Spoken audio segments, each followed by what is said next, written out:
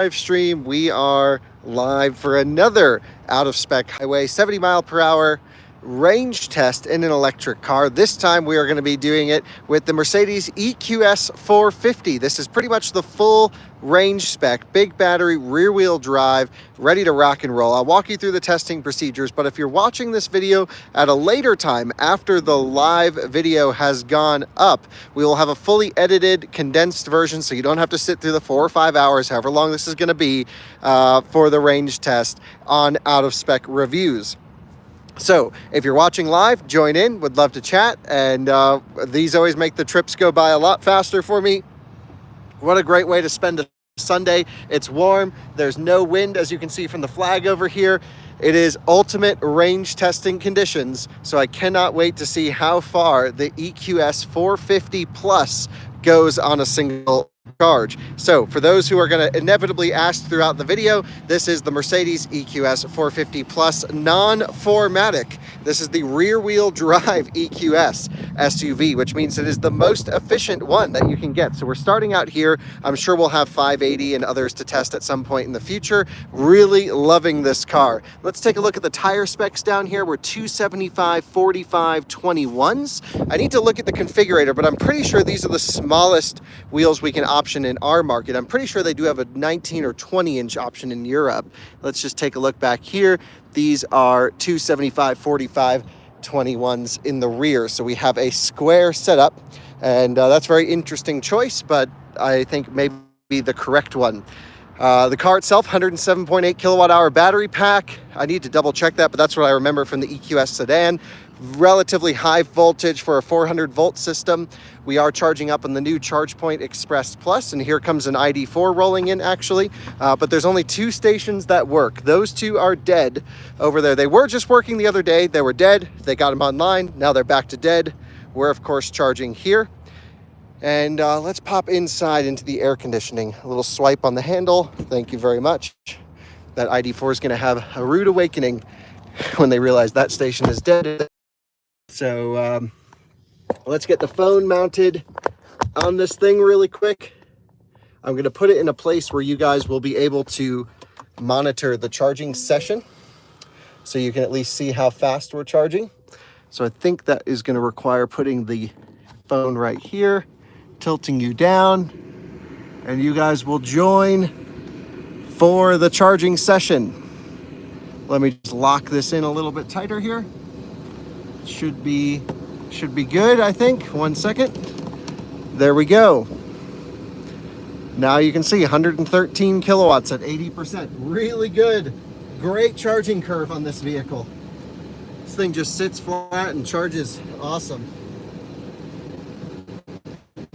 So just pulling up here to make sure it all looks good on the live stream. I can turn down the fan slightly, but it is hot and I want to cool down the car before the run.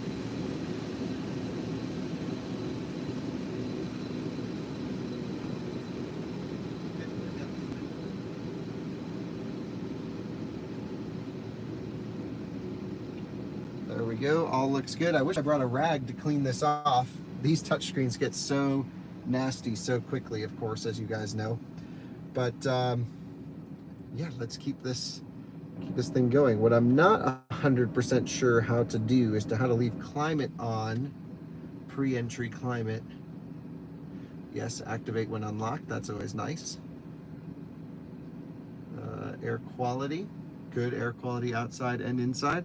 The ID4 owner just figuring out now that they have to move, so they're going to do that. You just always have to expect that you have to move when you get to charging stations. Let's take a look here. Range, of course, a few things. Consumption. Was ripping it on the way over here to help warm up the battery pack. So 30 minutes of driving or so, 430 watt hour per mile. Back to the charging menu. Yeah, Race to Vegas Part 2 was supposed to actually go up today, but because we're doing the live stream on this, I've pushed it to tomorrow.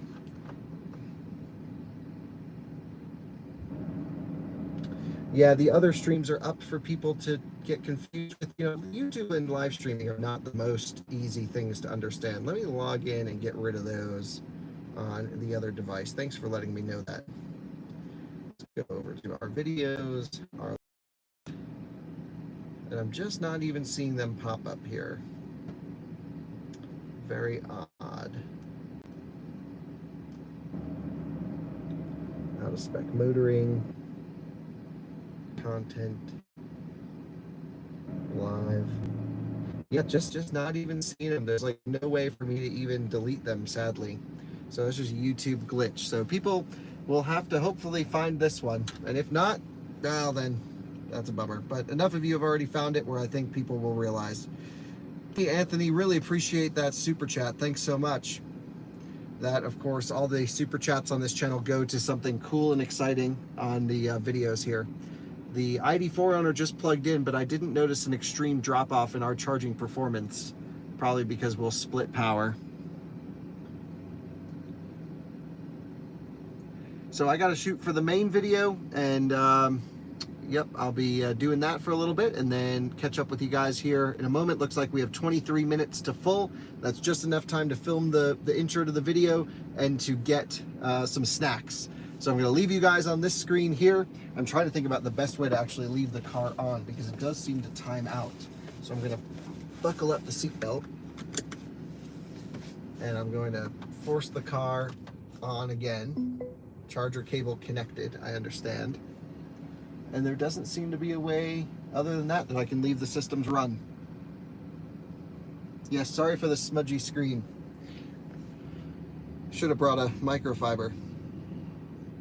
So I'm going to be filming for the main video. I'll catch you guys in, well, hopefully sooner than 23 minutes because at that point we will have to go. So just monitor the charge level for me.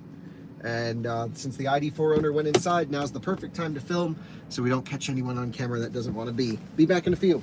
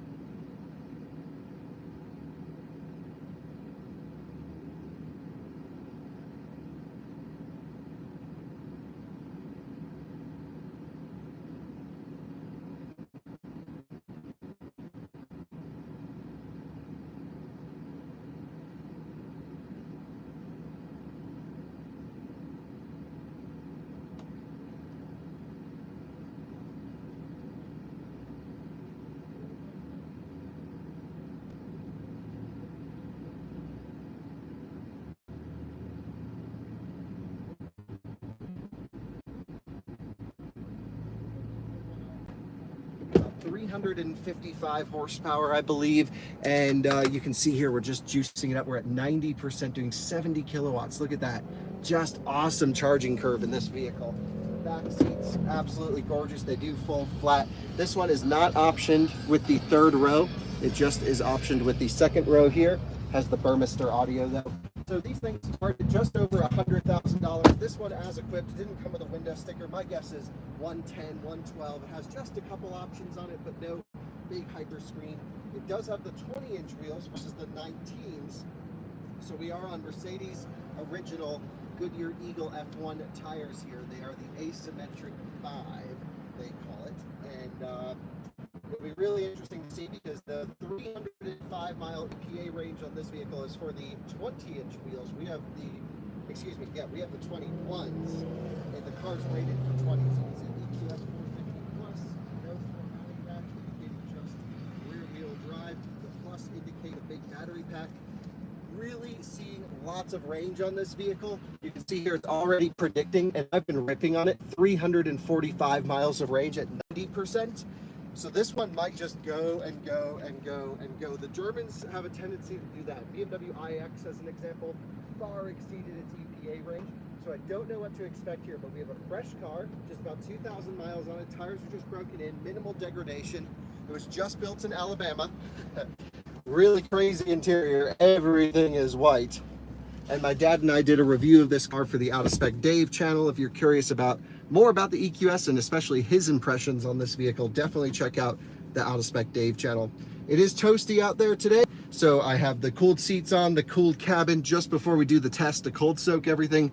Once we're ready to go, of course, we'll put the climate into stage 1 of eco mode, not stage 2. Stage 2 of eco mode actually shuts off all climate control. Stage 1 allows for temperature control just at a lower level. That's part of our testing procedures. The most eco-friendly climate control that still allows temperature control. Then, of course, we'll set it to probably 68 on auto at a lower fan speed because there are a few different levels of auto. We'll turn off the massage and cooled seats. And we are live streaming this whole thing. So if you happen to catch this live, video inception right there. Everyone's just taking a look at the charging rate. 59 kilowatts at 91%. Really not bad at all. The Germans know how to get charging done. Anyway, I can't wait to see how far this goes on a charge, but I also need to get some snacks. You can see absolutely no wind right there. It's just fantastic conditions. And I got 18 minutes to run in until we're full. So let's do that as quickly as possible. Then we'll get ready to head out for the test.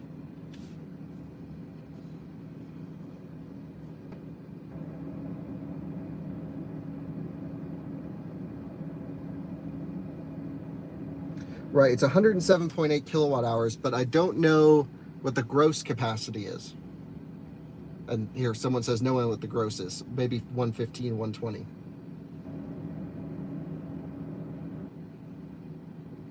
And Mercedes is joining next. Yeah, how can I help? You can't. One Chance was an RB group of Chicago, best known for their 2006 song What? Look at Her, which peaked at number 53 Go away. on Billboard. Why are you telling me about Chicago? Turn it off. What do you want to do? Go away. I only know how No, to help stop. by AC/DC. No, don't tell me about AC/DC. Turn off. Thank you.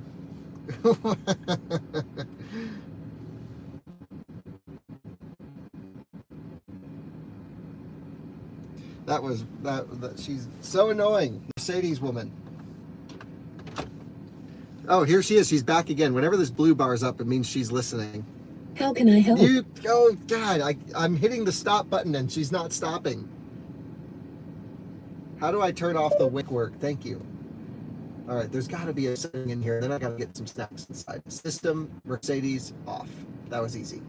So she is now dead. We've killed the Mercedes woman. Thank goodness. What an annoying person inside this car. All right, I got to go get some snacks. I'll be back. Y'all enjoy the top charging performance. Wow, still over 50 kilowatts at 93%. This thing is a freaking machine.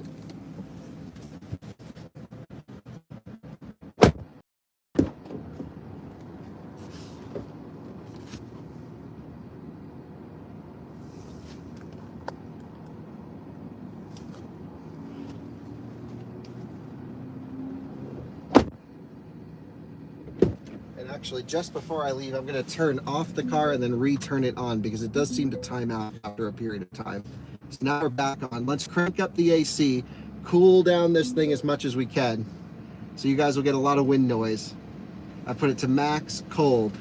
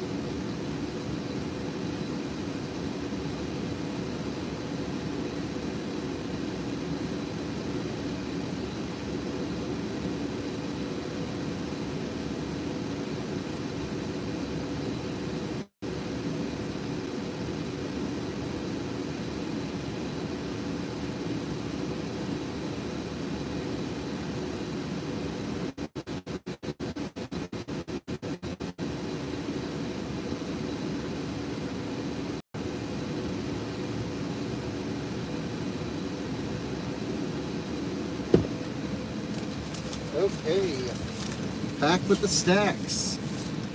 96%, how about that?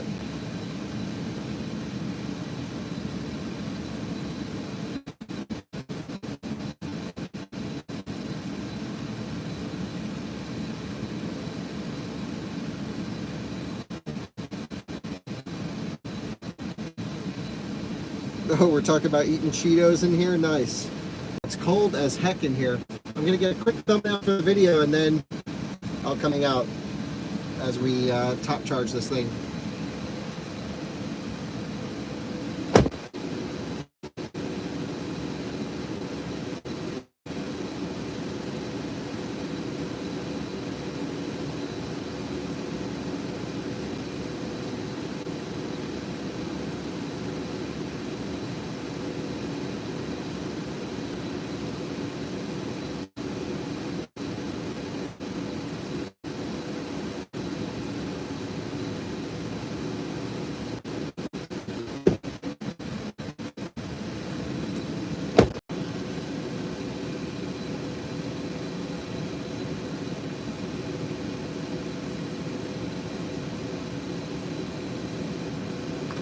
All right, well, let's go through some of the snacks. Of course, we got our Voss water. We love Voss.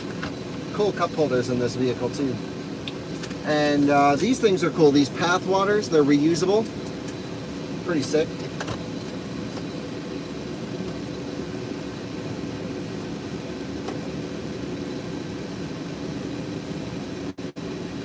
I like how someone says lucid gravity for the win, as if like that exists.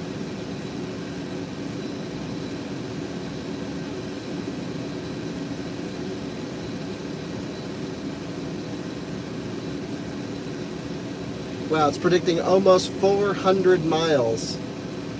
And I haven't even put it in eco mode. Let's put it in eco. Didn't change.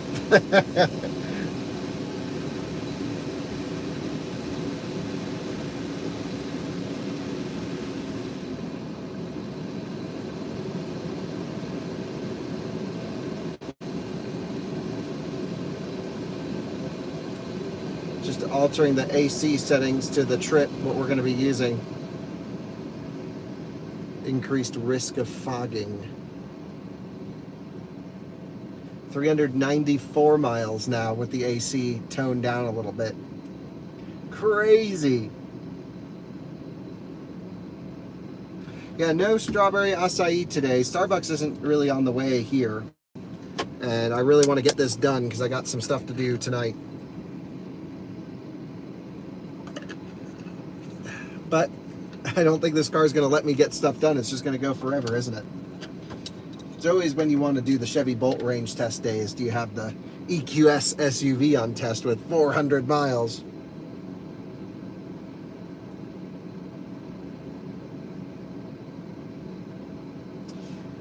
Kyle's on German crack since he cut the ongoing deal. I don't even know what that means, but I've always been a German car fan because they engineer things that no one else does.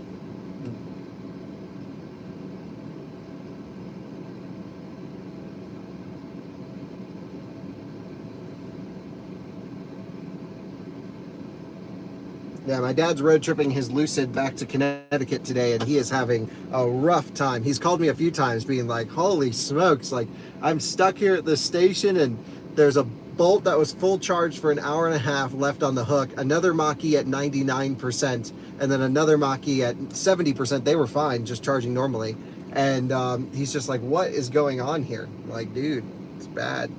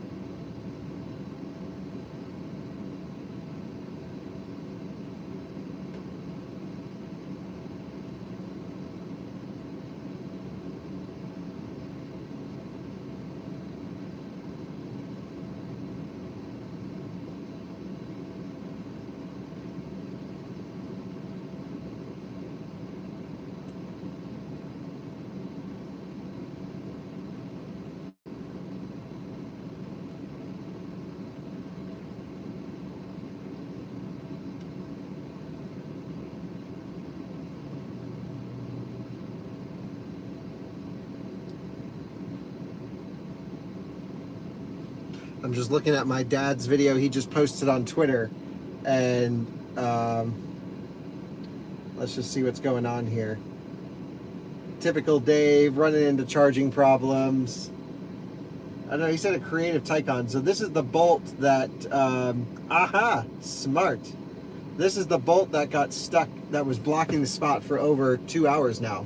And then a Taycan, my dad unplugged him trying to get the Lucid to get plugged in because he was just stranded. And so this Taycan, because its charge port was in the front passenger, was able to pull up and reach the cable over. So pretty smart.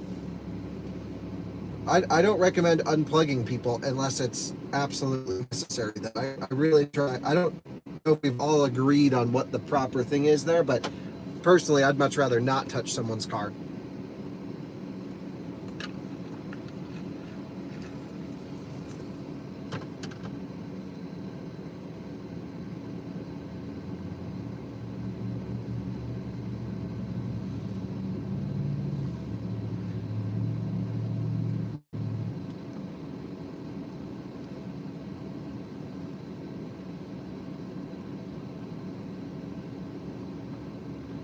Okay, now how do we reset our trip odometer?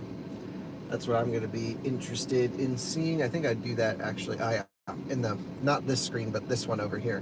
From reset, yes. I'm just resetting everything just in case. We're getting very close. We're at 99%. I'm going to move you guys to a better location for the drive. So let's zoom you out. We'll put you right here. Hold on 1 second. Something like this should be pretty good, I hope. Is that a good angle for the ride? Nice. Let's film. Us now charging at 99% state of charge. I've set the car in eco mode on climate. Stage 1 eco mode, 68 degrees. We can turn down the fan slightly. Actually, we are on lowest fan auto.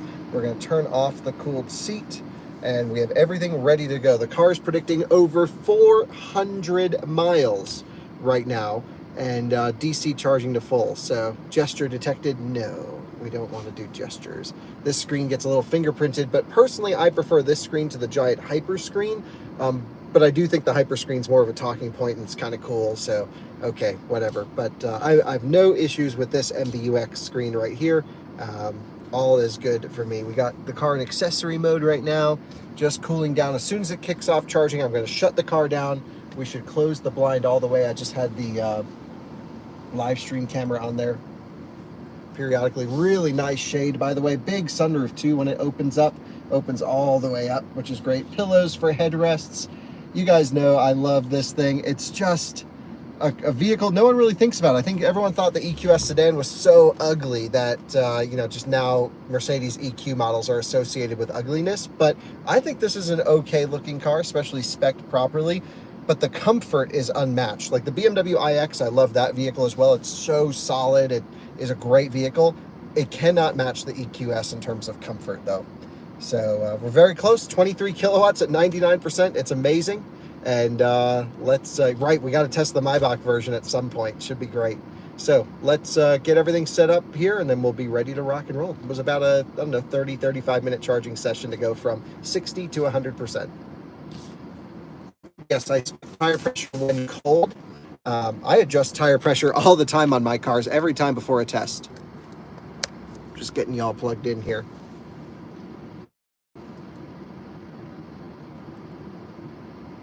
Just to avoid overheat as well. 1 second. Okay, very good. I think we should be close to 100%.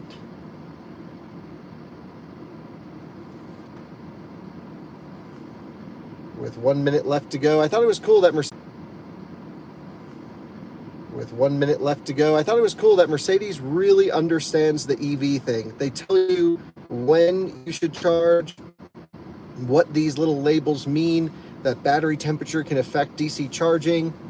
The AMG models actually give you battery temperature. It has a fantastic route planner in here. It has plug-in charge and on-route battery preconditioning. There's also this eco charging profile that limits your DC charging to 100 kilowatts, so you can extend your DC charging time and reduce the stress on your high voltage battery pack. Interesting. Very little use case for that, but it is cool, especially if you do a lot of inner city charging. But right now, having full charging stations is such a problem. Like, we are maxed out at this station that you really just want to get your car in and out as soon as possible if you're DC charging, at least today. When there's more stations, maybe you can use this one more.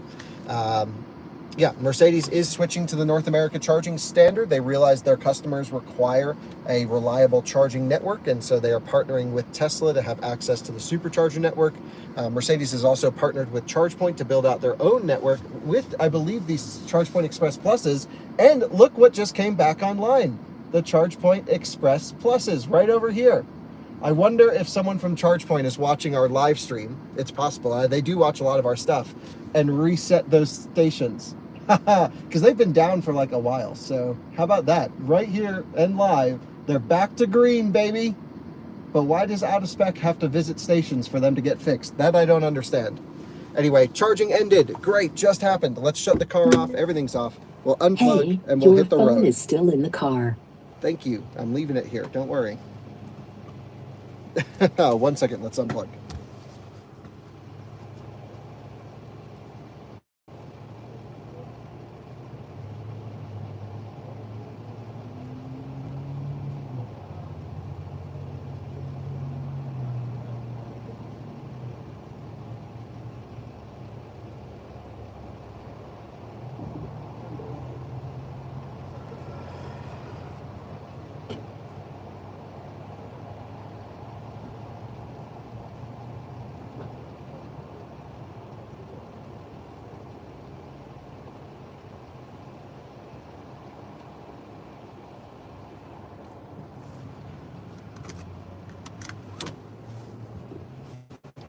Hey folks, it's time. All right, let's get the seatbelt on and let's hit the road, and we are ready to do it. So, car on, very quickly. We're going to reset trip computer. Boom. Let's just also reset from start. Yes. 68 degrees auto, sunshade closed, into drive, eco mode. We have eco climate still on, and we are off. Yes. Crazy that the ChargePoint stations were literally just fixed, those two on the end. They're back to online.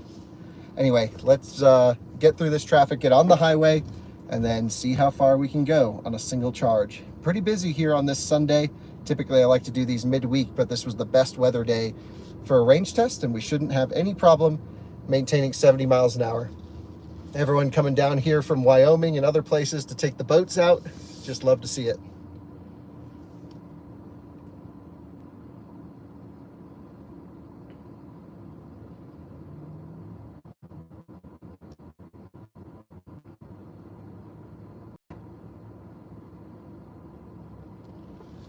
Drive over the median, yeah, I wish.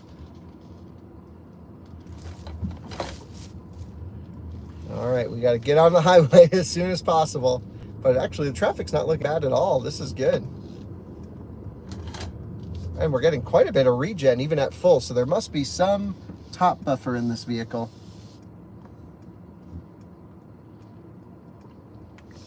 Wow, eco mode, really making that accelerator pedal quite lazy to respond, as you would expect.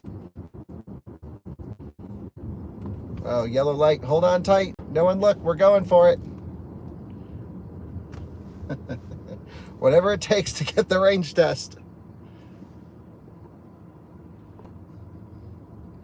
I'll be able to respond to your comments here momentarily when we get settled in on driver assistance and all that stuff, but for now I'm just filming. And here we go, merging on the highway. Really didn't take much time at all. That was actually best case scenario almost for getting onto the highway from the charging station. We'll use every bit of road, and the goal is to hit 70 miles an hour by the end of the on-ramp.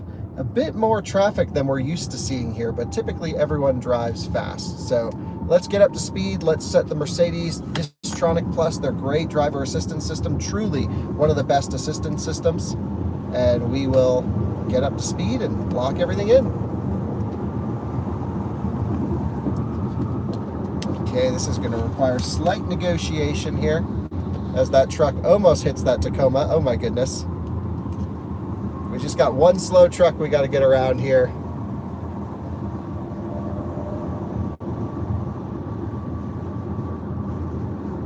We'll cut in front of him too. We're here to do testing. Everyone out of our way.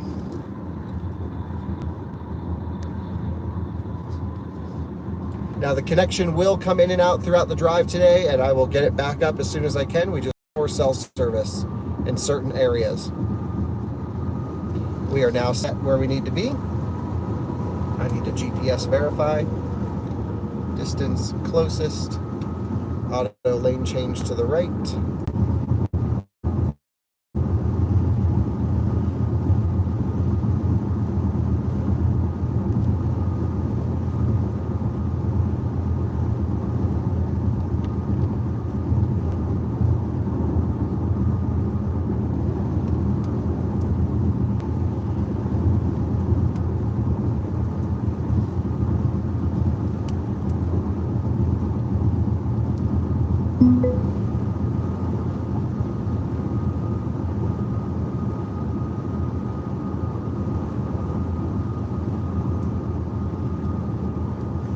Join me just initially on this test right now, and I think this has to be the quietest car I've ever run on this very hard concrete section of road. Unbelievably comfortable out here. That's also surprisingly quiet. The Germans just refinement that no one else seems to be able to get. It's hard to really show that number on paper or to convey this to the viewer, but truly this is up there among some of the best and quietest cars I've ever been in. It's pretty next level. So yeah, well, let's just continue. I'd really love to get a BMW iX and compare this versus iX side by side, but that would probably be closer to the EQE, I would say, in size. We'll see. Let's keep motoring. I see a lot of people don't like, well, I know Raz doesn't really like the Mercedes stuff. Tesla's the best car ever made. Like, everyone's got their own opinions. Ultimately, what we're doing with this test has really nothing to do with opinions. It's just to see how far it goes on a charge.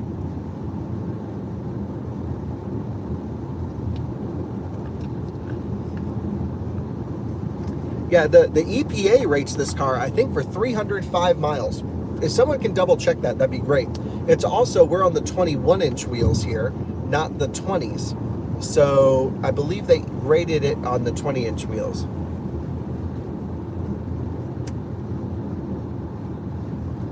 So the Lucid's already gone back to my dad. It's out of my possession.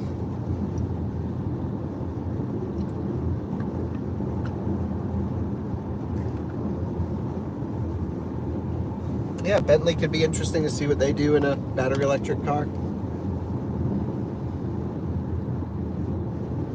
Lucid is fraudulent. Yeah, I mean, like, maybe let's just not fill up this chat with blatant claims. I mean, I'm not saying they are or aren't. I just don't know stuff like that. I'm here just to review the cars. But it's just not really helpful. Love from Kenya. Awesome. When will I get a Rivian R1S? Well, I've already run the Rivian R1S in all these tests.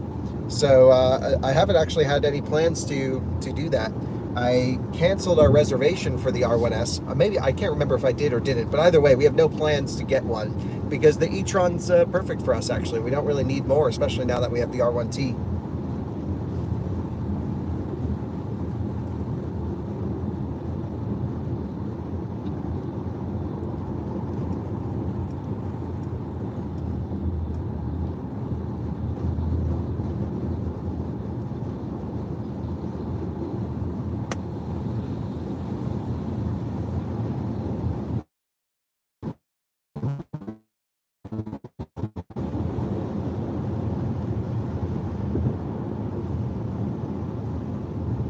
Just some of the best driver assistance in this. This and BMW, love their system so much.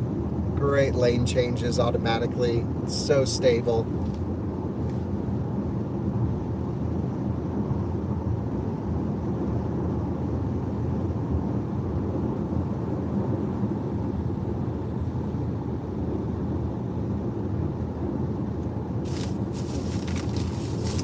break open the Starbursts. I haven't had a chance to eat anything today yet. Woke up, edited, did some work, and then came over to do this. So, oh, that's not true. I did have some breakfast. I apologize. Yeah, BMW's been in the hogback, and it did great. Coda 1,000-kilometer challenge, yeah.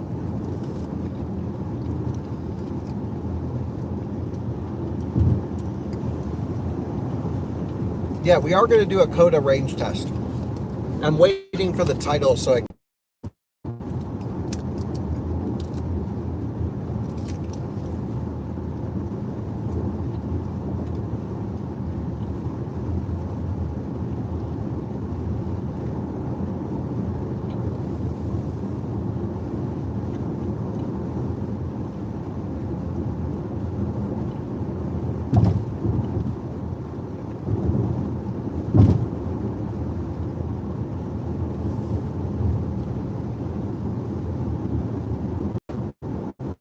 It's so weird. This car indicated 68 miles an hour. Is GPS 70. Like, I don't know if you can see this, but we are going exactly 70 miles an hour according to this. No deviation. And I have the car set to 68, which is very un-German. Typically, they read over.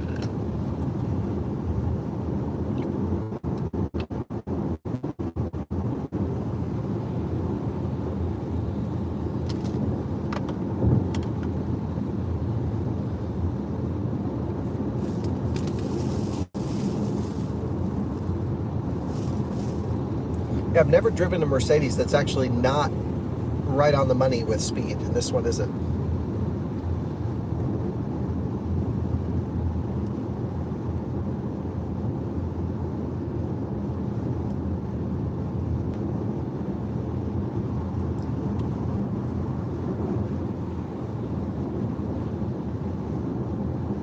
Wow, this car is so quiet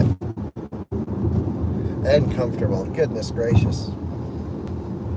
We are going to have a slight headwind as we come into Cheyenne, but that will dissipate very quickly.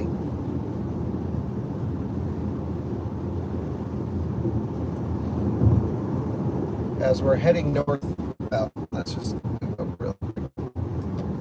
It's hard to find the, you know, when you're going a set speed, it's hard to give everyone all the room in the world because it's hard to cut in front of people.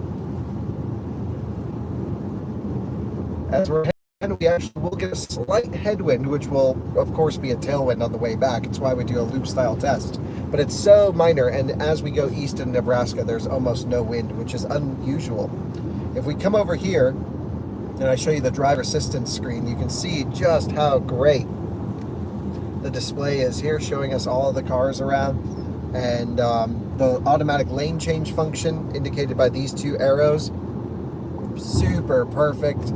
So between the quietness, the massaging seats, which I'm not using as per testing procedures, and the driver assistance, this is one hell of a road tripper. As soon as they get Tesla supercharger access, yeah, I don't know if there's going to be a more quiet, comfortable, really 3-row, full-size, almost SUV on the market.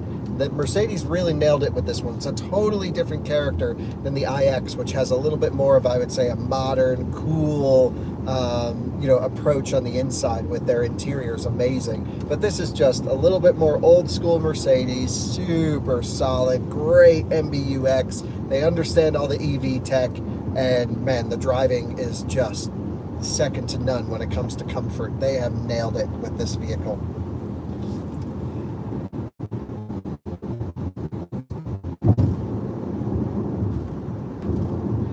So there's actually this guy who's driving a double-decker electric motor coach across the country.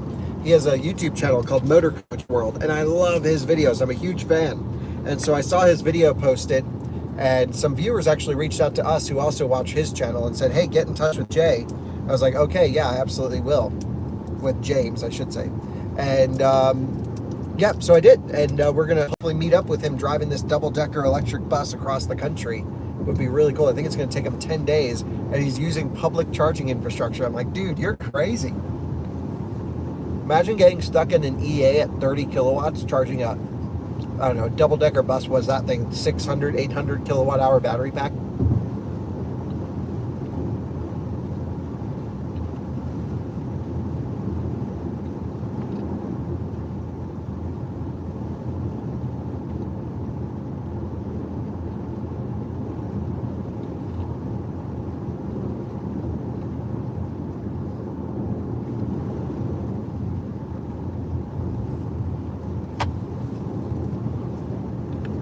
Yeah, you could build a motorhome in the back of that thing.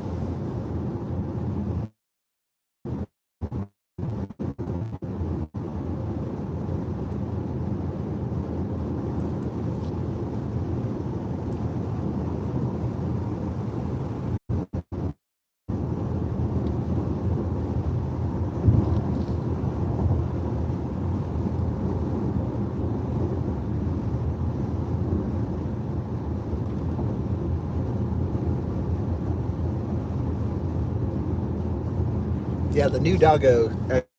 I hope you guys can hear me now. It's always bad service right through here. But he's great. Walter is amazing.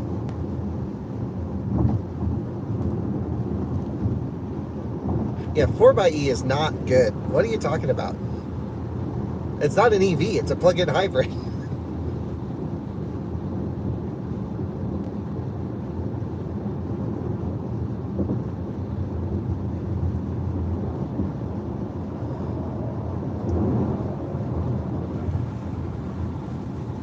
Yeah, Walter he's gotten so big too. He's 34 pounds now. He's growing about 5 pounds a week. It's crazy. It's like we take a picture, then an hour later we take another picture. He's a different dog.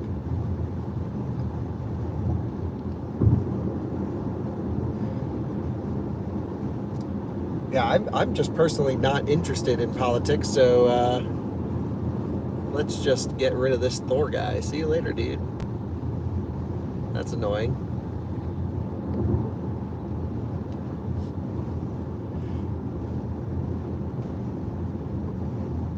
It's just like, if you really want your side to win, why be annoying about it? That just turns people off from it.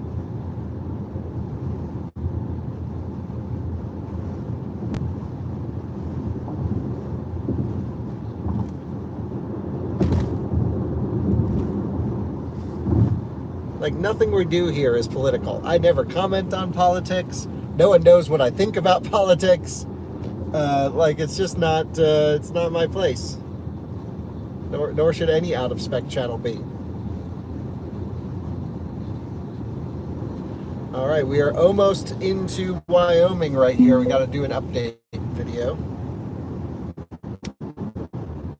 We are just crossing into Wyoming, and I always know it's going to be a... Hey, look at this automatic lane change to the right, by the way. I always know it's going to be a long day when we cross at greater than 90% state of charge, and we have just crossed it at 92%.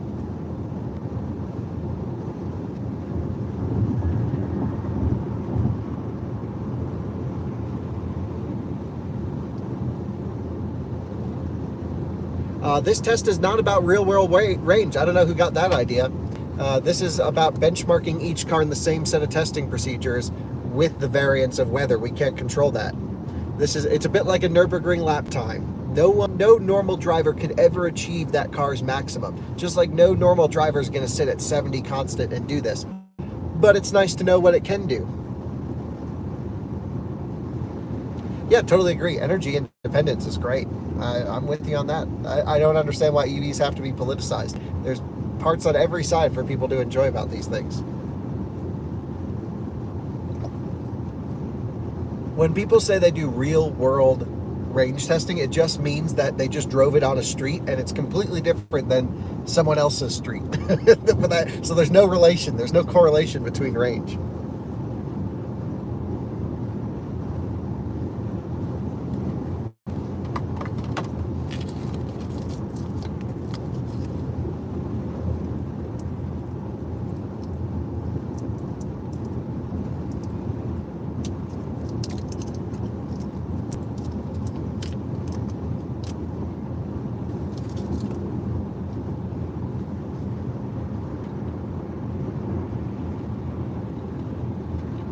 That's right. Walter is not political.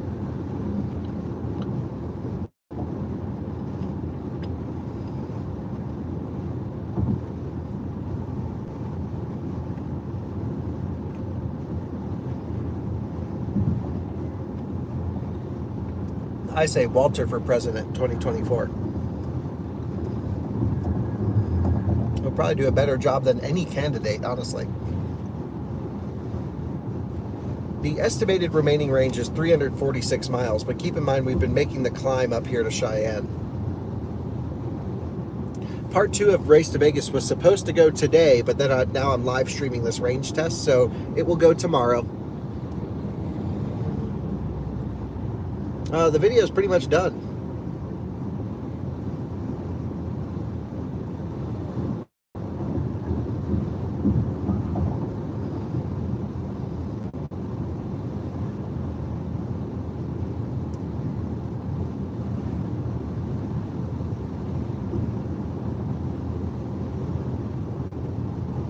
And there's a nice cop sitting, checking speed. Welcome to Wyoming. Let's nail you on speed. What a state. People think you can go as fast as you want through Wyoming, but not in southern Wyoming.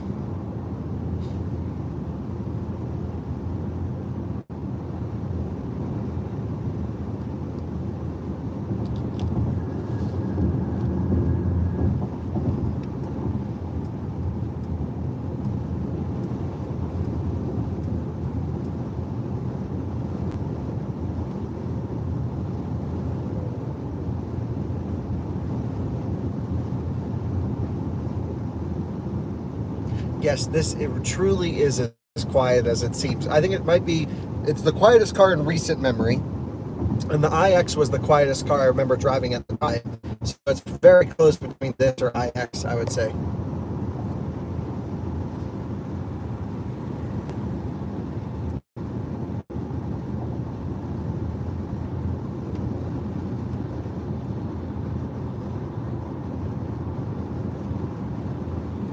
I don't like it. I don't like decibel meters because decibels don't share the full story. It doesn't actually mean much. What really matters is the frequency of the audio and where you measure. Industry standards to measure at driver right ear. And then you also want to get a frequency graph of the amplitude across the entire soundscape. So what I don't have is that equipment, and it's not very much like me to just use an iPhone shitty mic and say here's the audio level. Right, the live stream camera picks up a lot more noise in every car, not just this one, than you would think. It's actually much quieter to my ear than what you guys are listening to.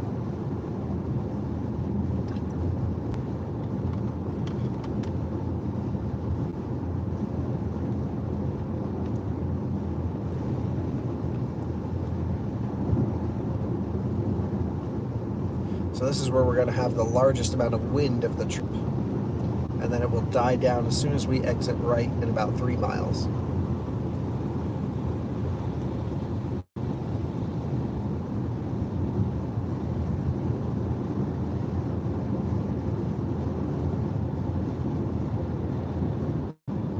We finished the Alaskan series. It's all on there, I believe.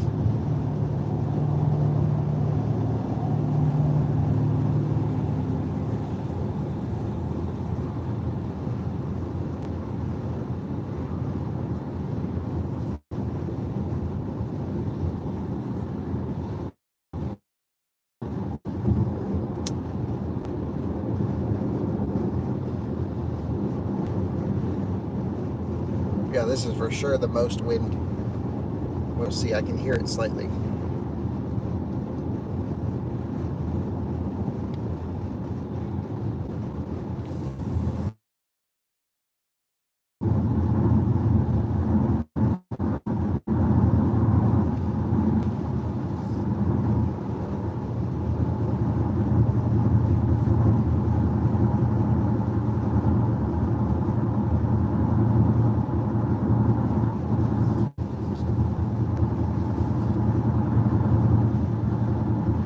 Damn, if you can get an iX for under $900 a month on a lease, that's epic. What a car. We should get my dad into one. I feel like my dad would, he hasn't had a German EV, I don't think at all. I think he would really enjoy it. The EQS is a bit old manish, but he loved this car. But I think he is going to wait until the superchargers open for other cars because he's just frustrated.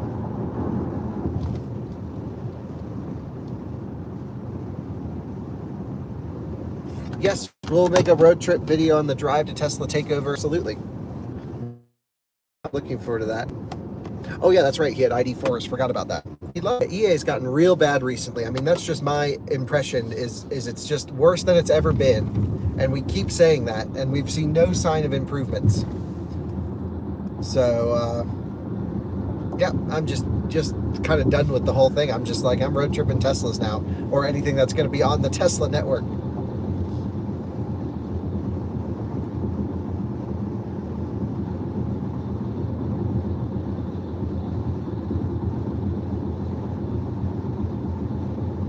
Yep, Mercedes is joining the Tesla network, which is great news.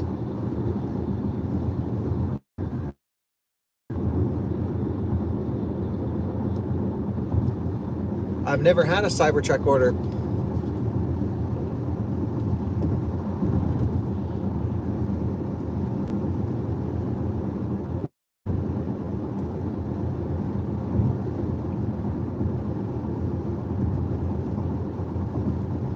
BMW has not announced NACS, no.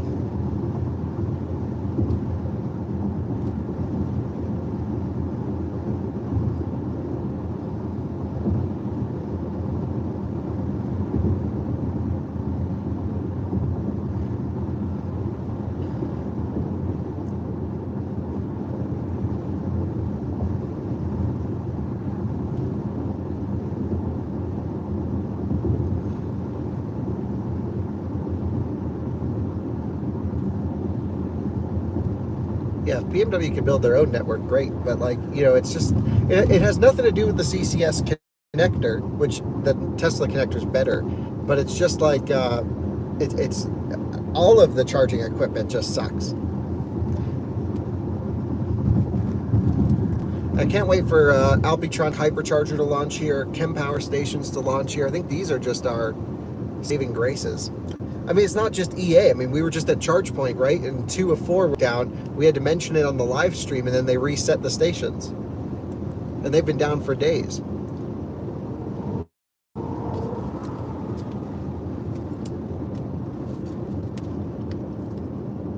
Alyssa went to an EVgo station the other day, and that was down. 2 of 4 were down, and she was getting, well, she thought it was limited charging, but they put 200 amp cables on their chargers and labeled them 200 kilowatts, which is even worse than ChargePoint labeling them 125 kilowatts with 200 amp cables.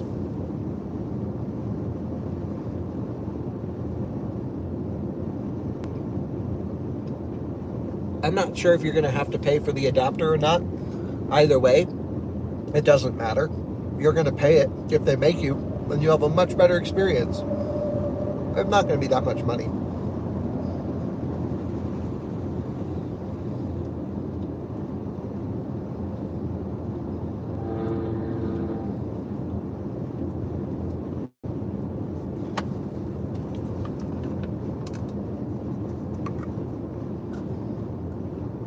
I think for Hyundai, Kia, all of the high voltage cars, they need to get an idea on how they're going to support 1000 volt on V3.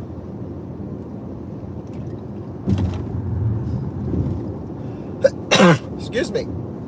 Big sneeze. Yeah, Ioniq 5s are great. I love the eGMP cars. Truly, they are fantastic. They just rely on a bad charging network.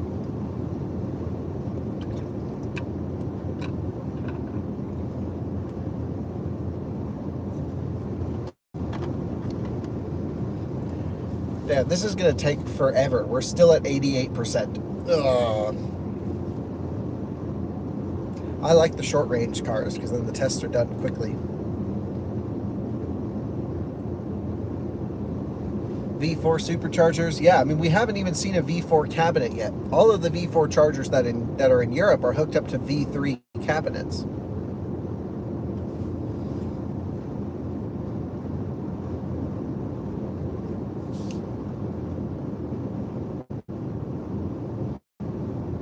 Yeah, I'll be in Vegas in 4 days again.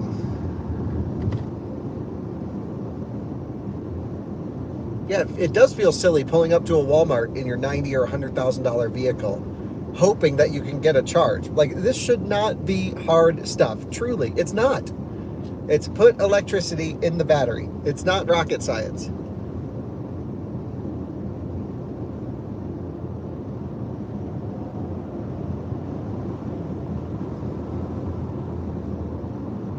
And speaking of all this, let's call my dad. Let's see how his road trip is going.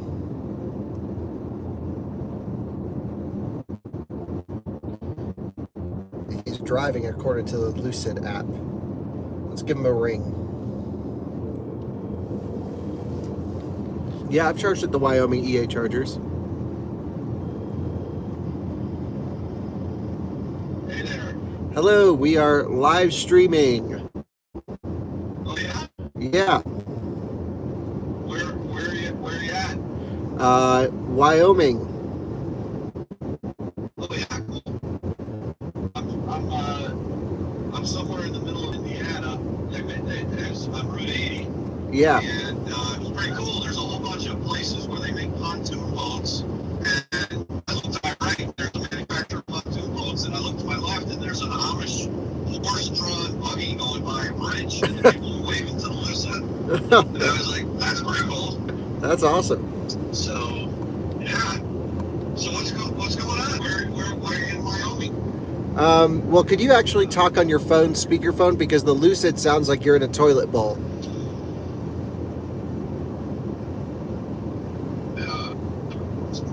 How's that? Much better. Yeah. Everybody who's been telling me that the whatever the sound system on the Lucid is not good. Yeah, for Bluetooth audio, or for like a mic, it sounds like you're in a fishbowl. Well, I kind of am. You know, if you pour some water in this thing. Yeah, that's right. You got that giant glass roof. It sounds like you're in the largest empty space ever. Is that okay? Does that sound all right as well? That sounds worse than whatever you just had it to. Okay. Well, that was speakerphone. So yeah. Okay. So what's our topic of live streaming? Don't get me going on CCS charging because I'm losing my mind. Right. Well, the topic of live streaming was politics, which we tried to make a hard departure from. And now everyone's talking about BMW iXs because they're doing $10,000 off on an iX. I wonder why. On a lease. I don't know. They lease out for $900 a month. Yeah, but leasing is, leasing is good and bad. The pros and cons. Do you want to talk about, or do you want to talk about the deal itself? No, everyone watching this understands the concept. These are all the nerds. Okay, gotcha. Yeah. Well, $7.99 a month lease on an iX, Dad. And you're not going to road trip because you have a Model Y. Oh, So, you're saying for me? Yeah, I have we have the I, e-tron. I'm not going to throw my money away like that. No. Okay. And plus, I can't get locked into anything more than 3 or 4 months anyway. So what the heck? Yeah, fair point. I would what is it, a 3-year, 10,000 mile or 7,500 mile lease? Actually, no, 2-year might make sense, and then you can buy it out at the end and sell it. The odds of making out on that, unless you're overfunding it for business purposes, is pretty low. Yeah, but you've traded out of BMW leases before. You did it with Mom's 4 Series a while ago. Yeah, I did. I did. But that was because we did it at the right time of the year when convertibles were peaking, and you know, we were able to play that game. Look, I mean, I guess my first question would be, why are they having to subsidize and give you 10K off the hood as a cap cost reduction? There's a problem with selling them. I think people think they're ugly, and so they don't buy them, but they're fantastic. I'd rather have an EQS SUV. Well, they're doing great deals on those too. Yeah, but I'm not going to lease. You know what I mean? Oh, well, they're just, okay, so that $9,900 includes the tax credit, apparently. So that's not that amazing of a deal. I don't know. Yeah, I'm not sure. Anyway, so how's your road trip in the Lucid going? Your long-range, fastest charging car on the planet. How's that working out for you? You know, Kyle, it's actually, I just had some bourbon chicken that spilled on my shirt, and it looked like someone shot me in the chest. And, nice. And then I put my Model 3 shirt on, and I feel better. You know, it's just like, I don't even know how to describe to you what I'm feeling, how bad it is out here, and how, you know, what's amazing to me is Lucid owners are defending the car and saying, oh, but it's a temporary thing. It's been like this for 5 years. It'll get better. You know, you don't really road trip all that often. Well, here's the deal, okay? I bought this car because it's supposed to be the ultimate road tripper, and this has been my dream car. A lot of people say, oh, I switch cars a lot. It's true, but how long have I been having my eye on this car, Kyle? You know me better than anybody. Yeah, seriously, yeah, no, years, I do. right? This was your car. This was my dream car, and I now have it, and I'm just angry. And the point of this whole thing is that the car, you know, there's some things that are niggles. The build quality here and there, the software here and there, but it drives amazingly well. It floats on these roads. Oh yeah. It's got incredible acceleration. I drove 850 miles yesterday. I wasn't even slightly sore, and I wasn't ready to get out of the car. I was just tired, so I went to sleep. But okay, we should be back now. We'll go in and out of service here. Yeah, so this is kind of the tale of two cities, this car. I'm super happy with the car, but the problem is that for its intended use and for the amount of capital that I have tied up in this car, it's not able to do the job that it has been designed to do. And cop just went flying by and nailed this. I think it was a Bolt. No, it couldn't have been a Bolt. Bolts don't go fast enough. No, I know. This guy just went flying by, and he pulled over. Let's see what it is. Well, you are in Indiana, which is like the most unbelievably police state on the planet. Yeah. It's a Kia Soul. Oh, the hamsters were working hard. Yeah, they were pedaling real fast. But anyway, so back to the Lucid, because it's actually, I feel I'm actually kind of emotional about this, Kyle. Well, that doesn't surprise me, because you're really upset. No, because here's the thing. The CCS charging infrastructure is so bad on Route 80. The good news is it was put in back in 2018, 2019. You look at all this, the plaques on the side of the chargers, and you can see they were put in May, June, and July, and the latest one in where was I just now? July. In Indiana. Oh. What was it? Oh, I don't know. Where the college is, there, South Bend, right? So, and you go there. That was like in August of 2018. Yeah, I'll be at that station tomorrow, actually, in a Taycan. The Bolt's still there. Because, yeah, I'll take a picture of the Bolt when I go. I mean, it's a nice Bolt. It sits proud, and it's blocking. And did I tell you about the Taycan that because he had? Yeah. We saw that. Yeah. So anyway, all right. So back to the whole issue. Yeah, we just want a quick summary, not a long one. What do you think about your road trip? The road trip is great. The car is amazing. CCS is causing me to think there's no way. Why would anyone buy this car if they're going to road trip? It's that bad. I have anxiety. I'm pissed off. It's not fun. And all I can say is Tesla supercharging network is just amazing. Now, if you want to buy the car because you're going to drive it, even 200 miles in one direction, bring it back, and you get a super, charge it in your house on a level 2, it's great. It's an amazing car. Buy it. I would buy it all day long. But if you want to road trip this thing, good luck. Don't even do it. You're at such a disadvantage, and there's no solution in sight from the management in terms of offering any kind of partnership with NACS. I don't care what rumors are out there. All I know is Mercedes, Chevy, Ford, they're all announcing partnerships, and Lucid is not. So I only know what I know. And as far as I'm concerned, this is not a road tripper, and that's why I bought the car. Right. Well, it seems to me like the Lucid, like the reason to buy the car is for the range and charging. And well, now you're not able to use the charging, of course. So now you're just left with range. But range isn't that useful unless you can replenish it and use it quickly again on a trip. So it just seems like kind of a, maybe the car is ahead of its time, if you will. Yeah, I mean, it's look, for the right person, this is going to be a great car. I'm 90% sure I'm going to put it up for sale, Kyle, just so you know. Oh, yeah. All right. Well, we'll be sad to see it go, but glad we got all the videos with it. Yeah, no, I mean, I wish I could keep it, but for its intended use, it's not doing its job. And it's the sad part about it, it's not Lucid, it's EA. Yeah, so what are you going to do? Are you going to get a Model S with all the creaks and rattles like my car?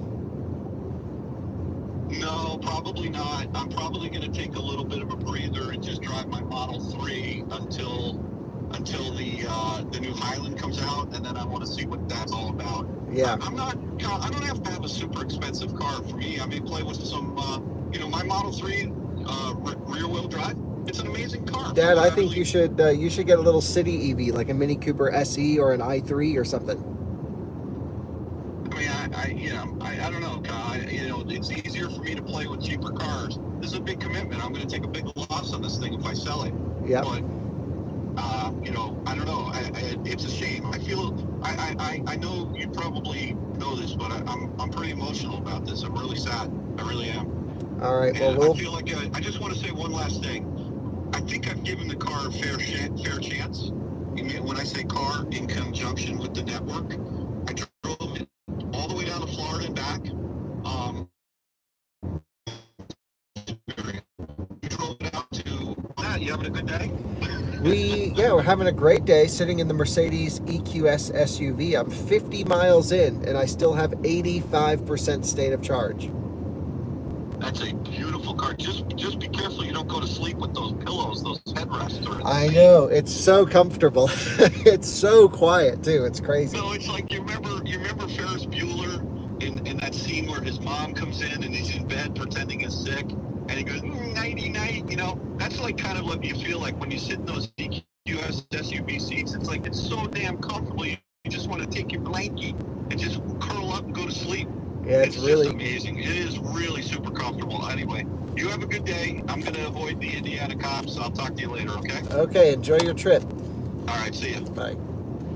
Well, there's a check-in from Dave. As expected, pissed off. Not at the car. But, I mean, the car still needs some improvements, but it's really just the charging that lets it down. But then also, I get into my Model S and the whole thing's a rattle trap. It's so bad.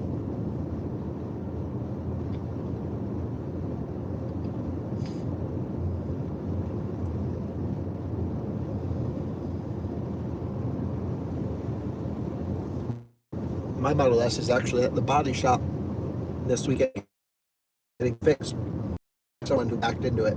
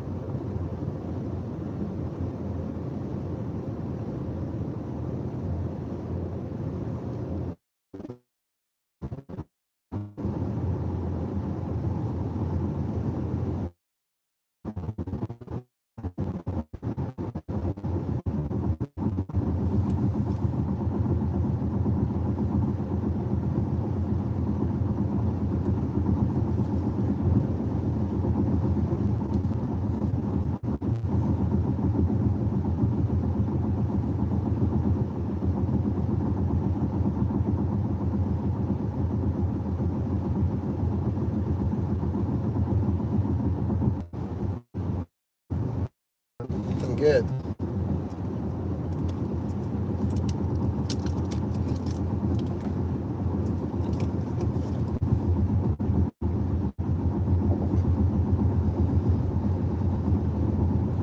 And we're back. Yeah, I don't like the fact that this isn't focusing on the road. Let's see if we can adjust that slightly. On the road.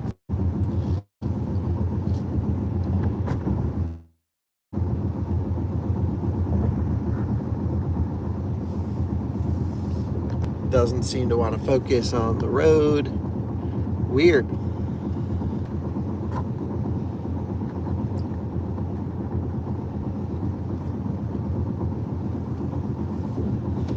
Oh well.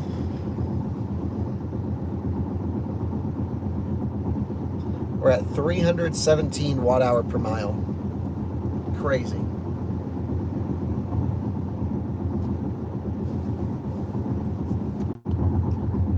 Damn, the cell network is driving me nuts.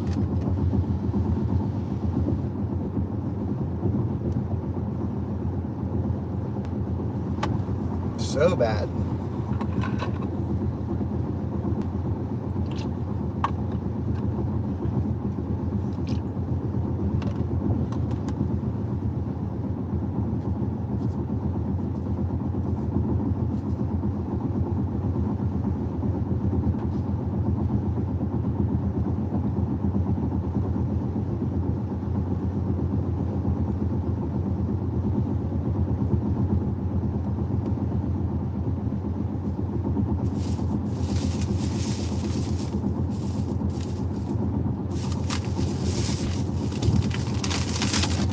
Gotta break open a little chips here.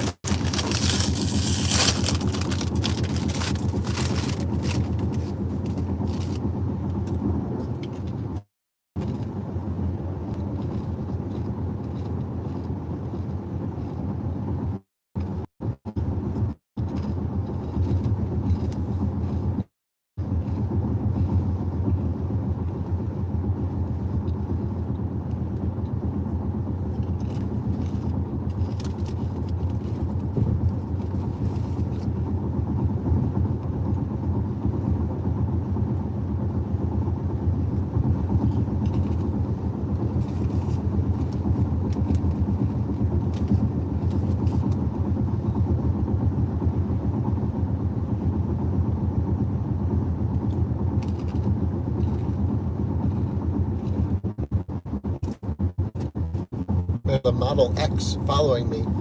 Would love to know what their efficiency is compared to this.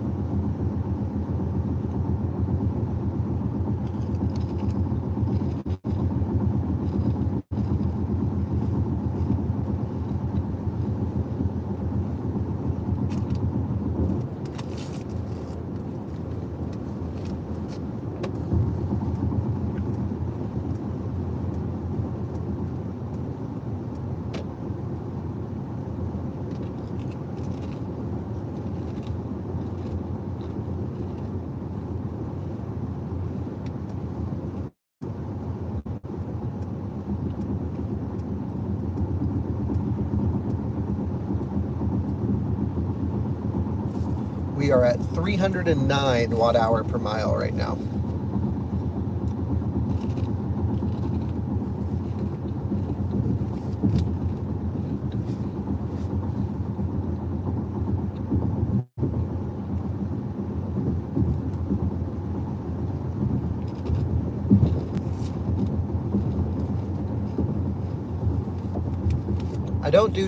I've never done an out of spec meetup before, actually. I don't know if anyone would be interested in such a thing. But I thought that'd be kind of fun.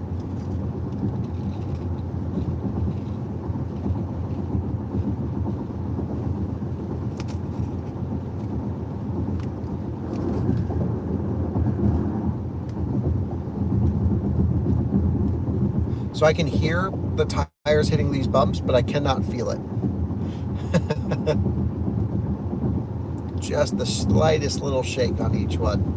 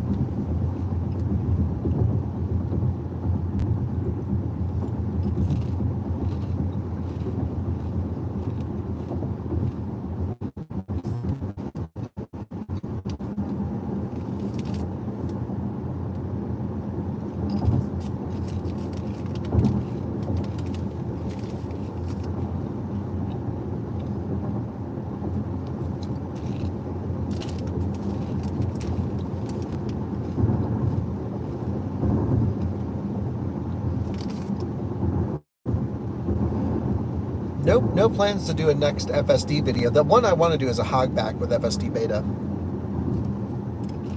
But I'm traveling all this week into next week, so it'll be some time.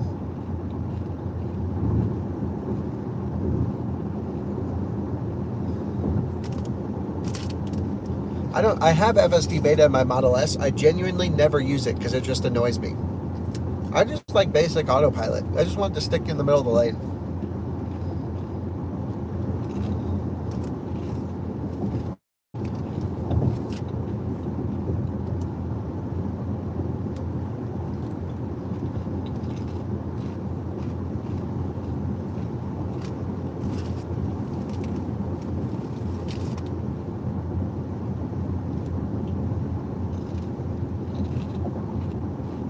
The iX is a lot smaller than the EQS SUV. This has a lot more room in it.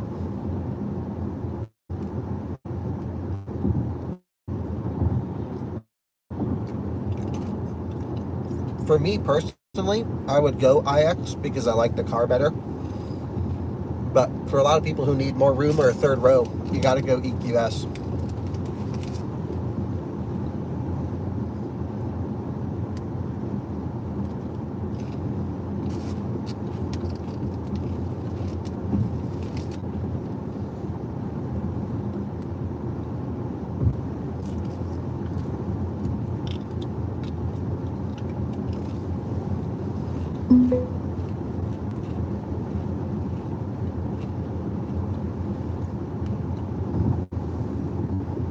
Yeah, I do know quite a few people at Hyundai Kia Group, but yeah, no announcements.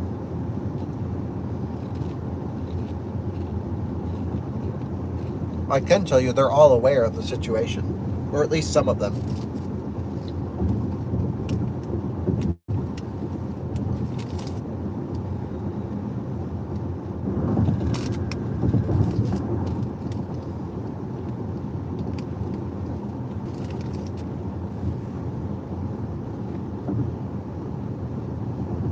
Well, that's cool. EQB will be fun. Thanks for watching. Yeah, EX90 is going to be great. At least I hope it will be.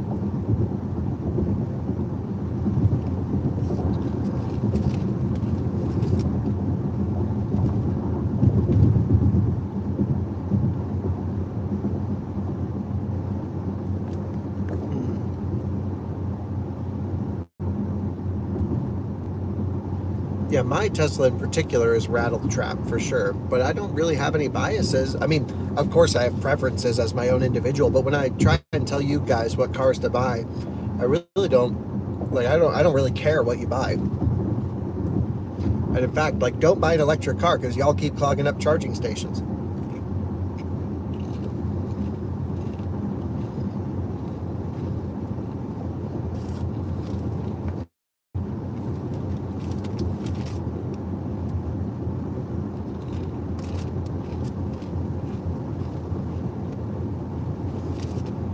Dynamat might help in the Model S, but it's more like these very specific rattle points that it's driving me nuts.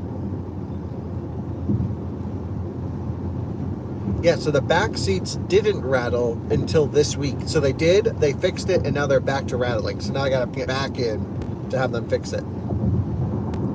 Oh, my dad is in with the 99 cents. Thanks, Dad.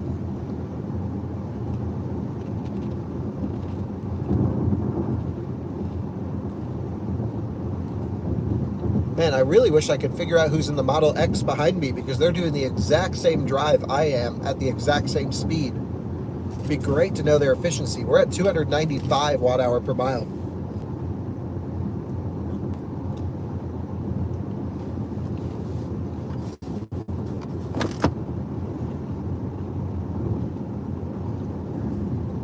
We are still cruising along nicely, even though there's a construction zone. All is good. We are doing 70 miles per hour. Again, 68 here is 70 GPS. Look at that efficiency. 295 watt-hour per mile in this big 3-row optional SUV. Now, granted, yes, it is the rear drive, but I've seen so many people buy rear drive EQS SUVs, mostly in California. That's really where I see them. And I'm just amazed, but they must have good lease deals on these things, and you cannot argue with that efficiency. That is crazy. Now, of course, we'll see what we end up with. It'll probably be slightly higher than that since we're at pretty close to final elevation. I don't know. Be interesting to see, but we're going to continue onwards into Nebraska up here. We still have 80% state of charge, 81% state of charge remaining. Yeah, my Model S is just annoying to drive. I need to get it all dialed in. I've been trying to get it dialed in for 6 months.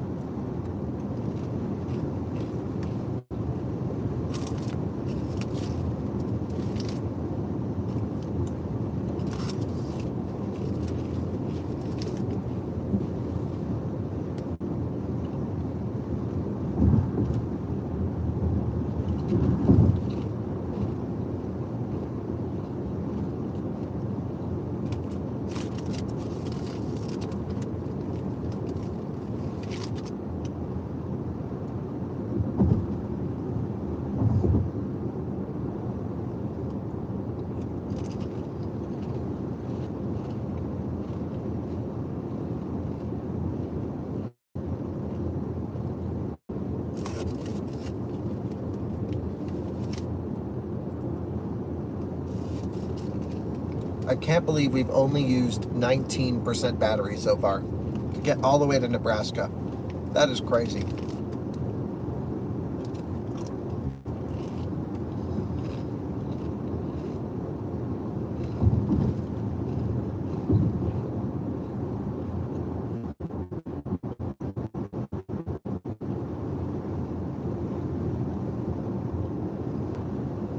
Yeah, I think I'm going to be late for what I got to do tonight.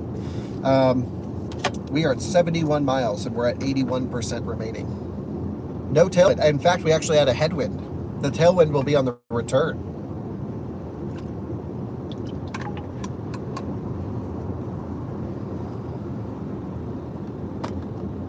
Welcome to Nebraska. There's some cars that don't even make it to Nebraska.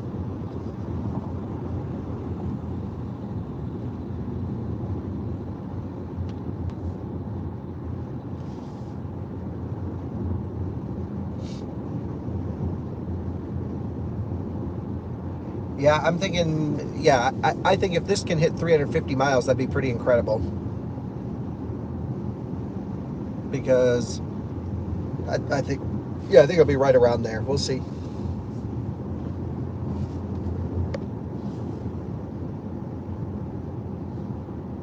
Well, if we did a dueling cannonball, like those are not really the most legal things on the planet. So we do our race to Vegases, which are fairly legal, and don't put anything crazy going on. And yep, so race to Vegas is definitely what we can do within the bounds of that. I think if we start racing across the country and organizing like legit cannonball races, that wouldn't be so great. Oh, the Model X is coming up for a pass. Let's see what they have to say. We'll get a thumbs up, or if they even realize we're driving an EV. Nope, she has no clue. Oh, it's an AP1 P90D Model X. Wow. With the active spoiler. That's one of the first Model X's ever made. The rattles in that thing must be absurd.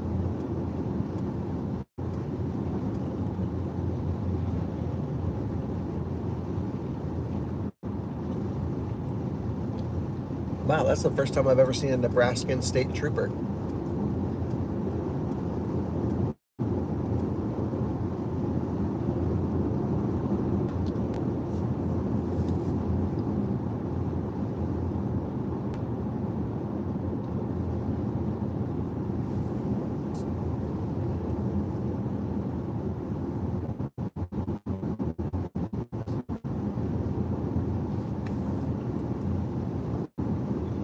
Yep, Nebraska revenue collectors. There's not many of them, thankfully.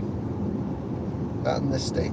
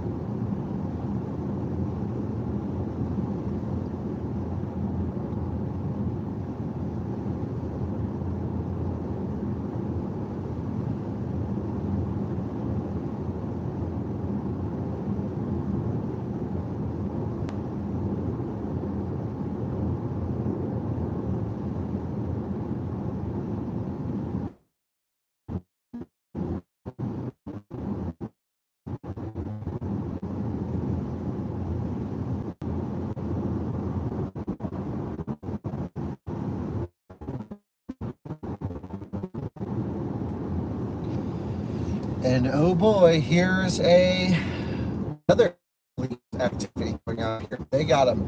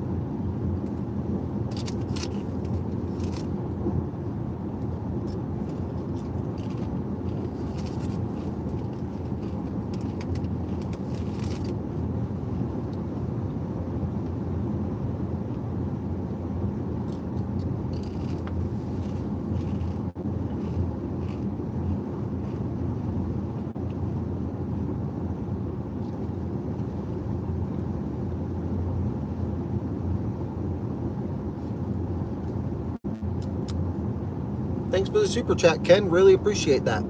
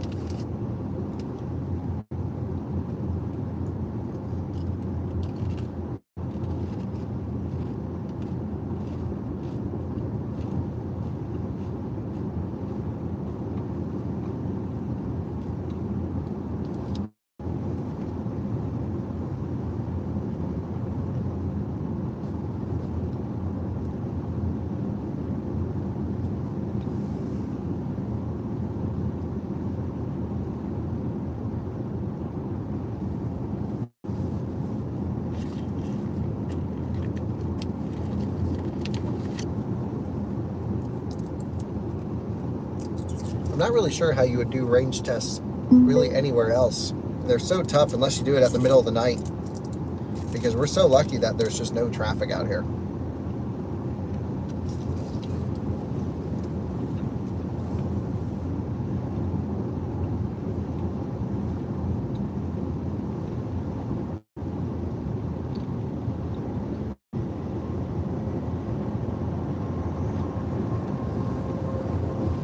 Hey, John. Thanks for the super chat. I think it's funny that you think I have a pro-German bias. I'm fairly enthused with German vehicles, yes, but I don't understand why I would lighten that up. They build good cars. But, you know, I certainly drive two American... I mean, I drive a Rivian and the Model S more than anything. I also have a Model 3. I own a lot of American cars. I own British cars. I own French cars. I think we actually only own one German car, the Audi. Everything else is non-German. So, yeah, I would say there's no real bias here. I just love the over-engineering nature of them.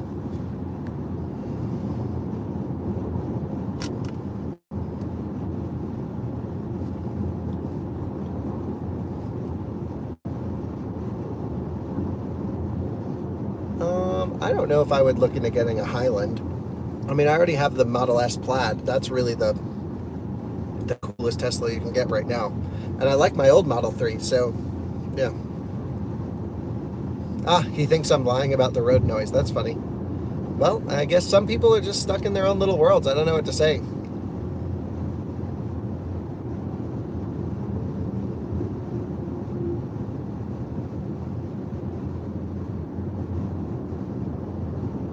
This is weird road construction.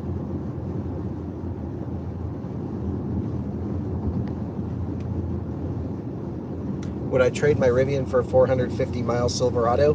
Probably not, because I love everything else about the Rivian. But I haven't driven a Silverado RST or one of the nice ones yet. So, my Smart, yeah, that's right. I forgot about the Smart. I have a Smart, but it was built in France. But yes, German company.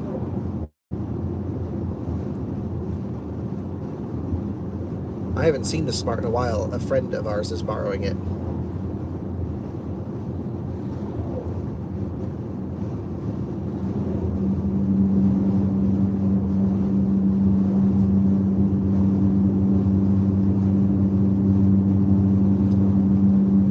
Sorry, I'm driving right on the rumble strip. That you do hear.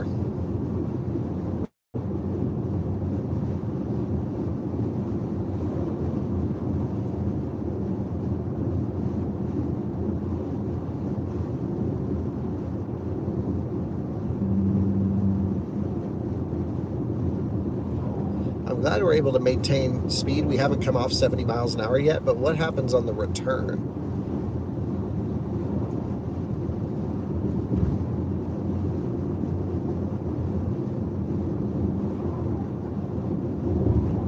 That's funny that you really think I'm a BMW. Like, I don't really value brands one over the other. I look at individual cars personally. I think BMW builds some real crap and some real great stuff. Same with Mercedes.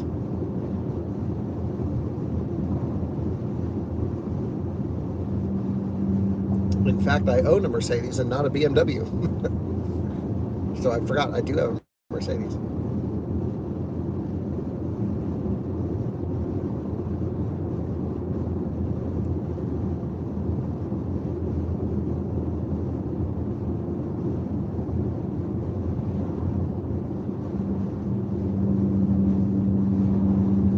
Am I going to sell the Smart? No, no plans to. I love my Smart. I was thinking about putting a snowplow on the Smart for this winter.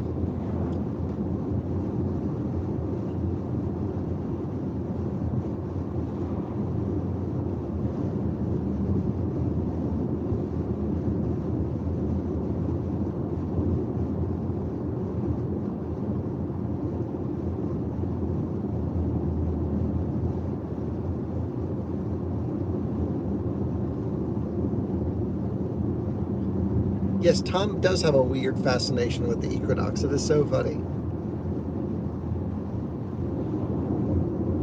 Yeah, once you like live with a German car, you're like, oh, okay. They're like, someone named Klaus spent 5 years on the volume knob. Like, you just don't get that from any other area of the world, really.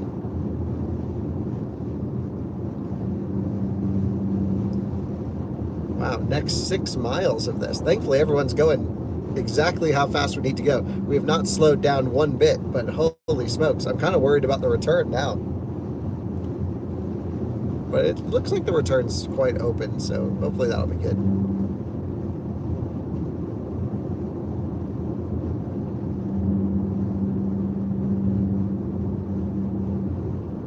I mean, the Equinox EV price might pull the same thing they did with the Silverado and just jack up the prices.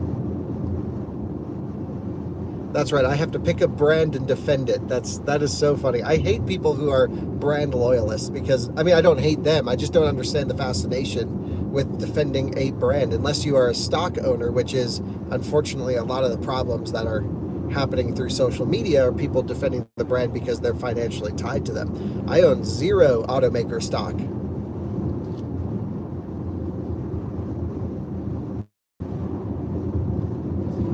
When it comes to lease, yeah, every EV gets a tax credit on a lease, is my understanding.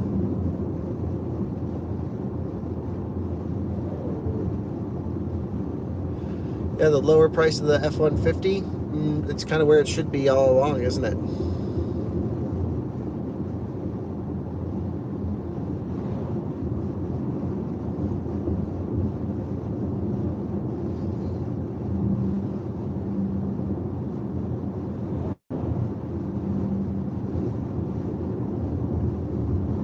Wow, if there's a brand to be loyal to, it definitely shouldn't be Chrysler. I'm sorry. They build one product right now, which is the Pacifica. I don't even think they make the 200 or 300, right? It's literally just one model.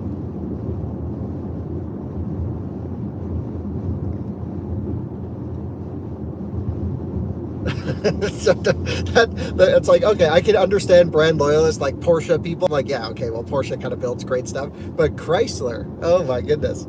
I'm sorry. I mean, I do love certain models from Chrysler's history. Like, I think, I'm drawing a blank. I'm sorry. I mean, the Chrysler Crossfire was cool. Not. What else was cool? The PT Cruiser? Yeah, not cool. Prowler, that is cool, but that's Plymouth, not Chrysler. So yeah, still can't come up with anything Chrysler related that's cool.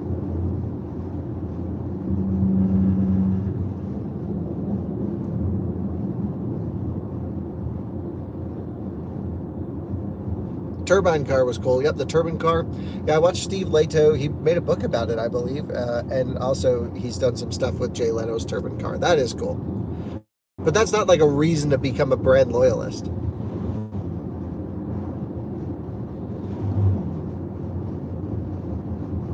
All right, we're going 1 under where we need to go right now. Oh boy. It's still okay because we're right at the end. It's at 2 more miles, I believe.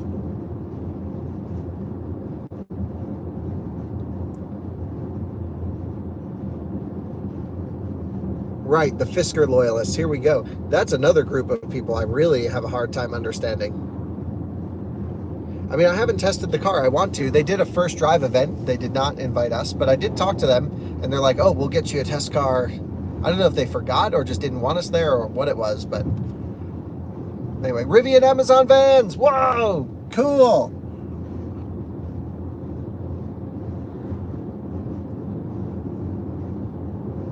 Yeah, I know. I actually want to get out of spec registered as an automaker so I can get manufacturer plates. It shouldn't be hard. We just say we're making a car, right?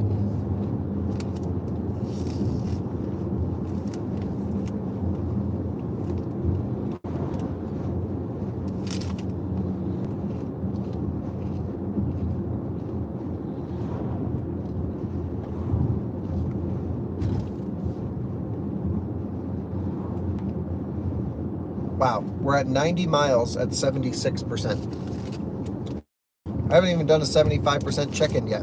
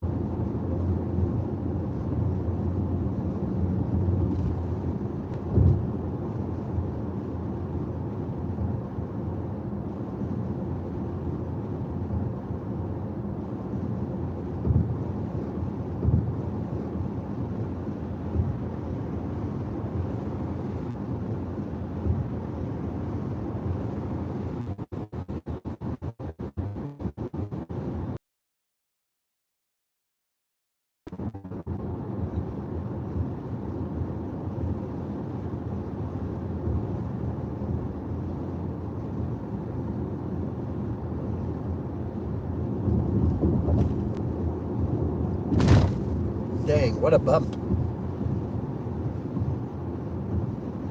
Apterothoughts, they don't exist.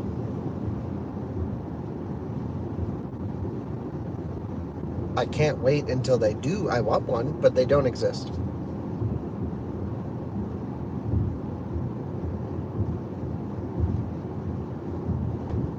You heard the recent Model S is more quiet and smoother than my Model S, but my Model S is the most recent Model S.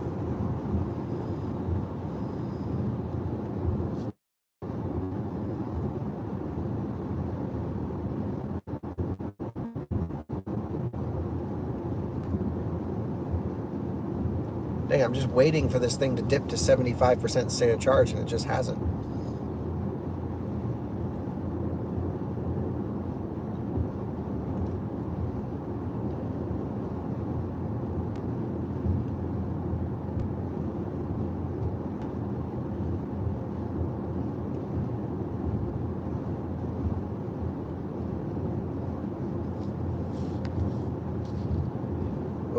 What is FUSC?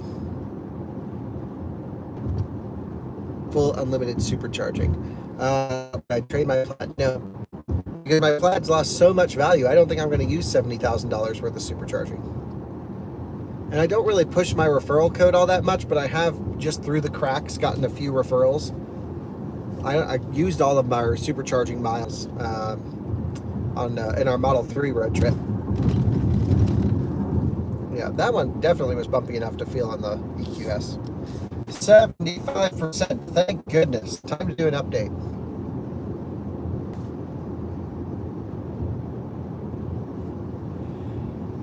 You join me now for what feels like way too late, but somehow it's not. The first check-in of the trip. We are at 75% state of charge. The car is still predicting on the guessometer 299 miles left to go. Crazy. We've driven 94 miles. It's taken us an hour and 20 minutes and a bit to get here, and we've averaged 285 watt-hour per mile. What is going on here? What kind of magic did they put into this car? So crazy efficient for, again, 7-seat optional, nearly full-size SUV. I've never seen this before. Very good. Very, very good. This is... I really need to compare it to the Model X that we did, but I did the longest range Model X on Arrows, or their version Arrows, and it was a Refresh X. It was the new one. So, wow, my Model 3 can't even get this efficiency. This is crazy. And it just keeps going. Like, I normally have turned around by now, but no, we're just like, not even close to the turnaround point, and we just keep going. This might be the second longest range car I've ever driven. And again, we've driven the EQS sedan on a range test, but we had winter tires and big wheels. Here we have summer tires, or all seasons, and a middle wheel size. Me moving my hands around Italian style keeps opening and closing the sunroof shades. I got to keep closing them. That is burning some energy. Hopefully not enough to be noticeable.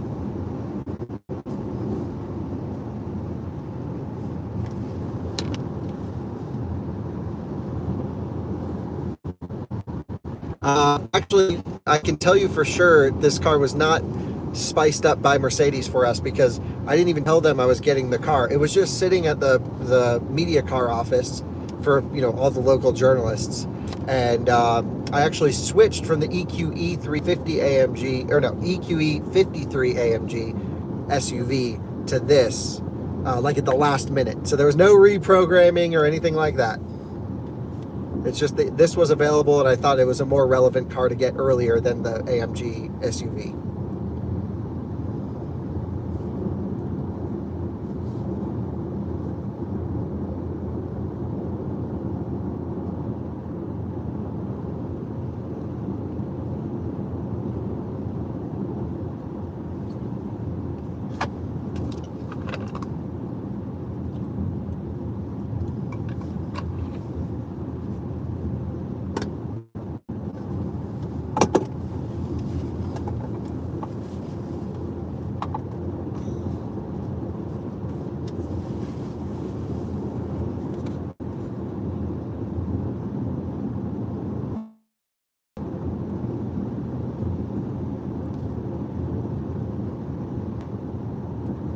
Yeah, these car companies, to be totally honest, don't even understand how you do, and certainly some PR reps, but I'm telling you, like, I don't even really, what we're talking about, they're not really thinking about.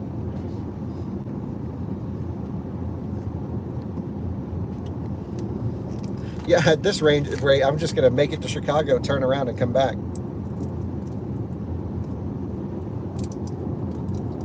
Yeah, that's why I don't go off of EV database or anything else like that. I mean, we run every car. When we do like our comparison range testing, this is something we're doing recently, but we're only comparing cars that we've run on these exact roads and these exact elevations with us doing the tests. For me, would I take an iX or an EQS SUV? I'd take an iX.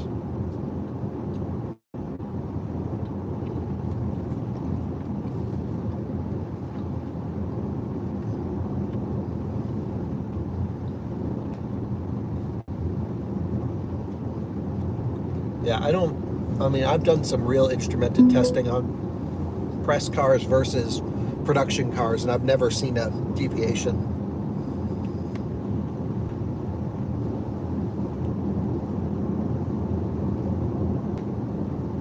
Yeah, we don't really have a tailwind. We do have a slight side wind, but very minimal. 100 miles in, 74% state of charge. So this thing, if it continues, will do almost 400 miles. But again, it's always about the return. Because right now we are at lower elevation than when we started.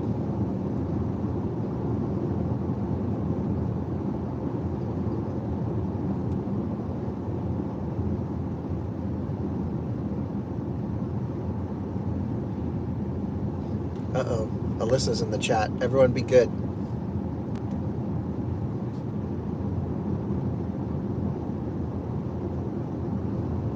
Nothing to see here, Alyssa.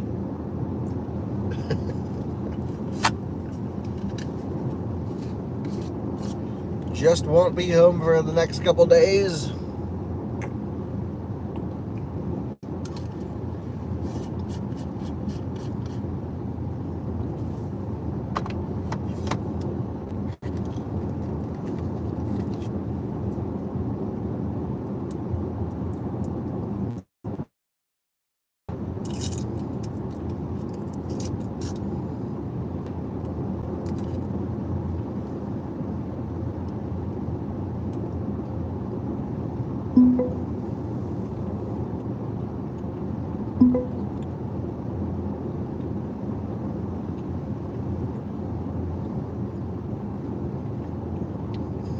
Yeah, Walter's going to be full grown by the time I get back home.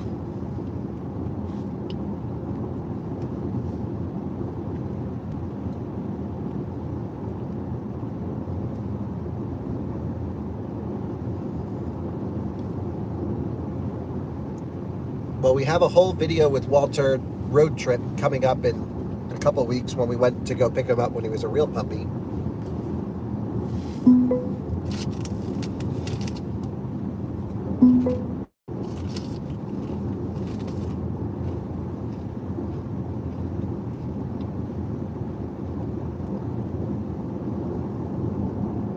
Walter's going to be between 150 and 180 pounds.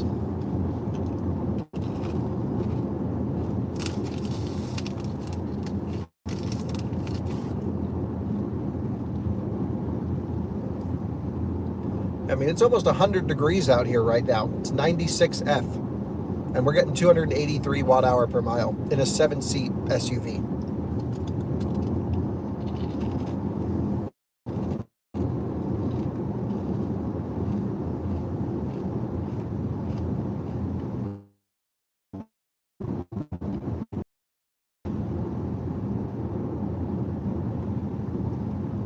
The only reason we named him Walter was just because we thought it was a funny name.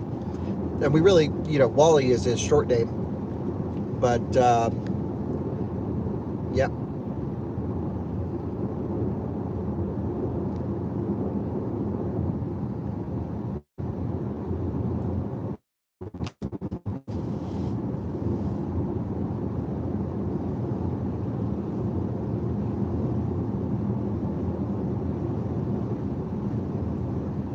Oh, so you're saying there was an update to the 2023 Model S. Interesting.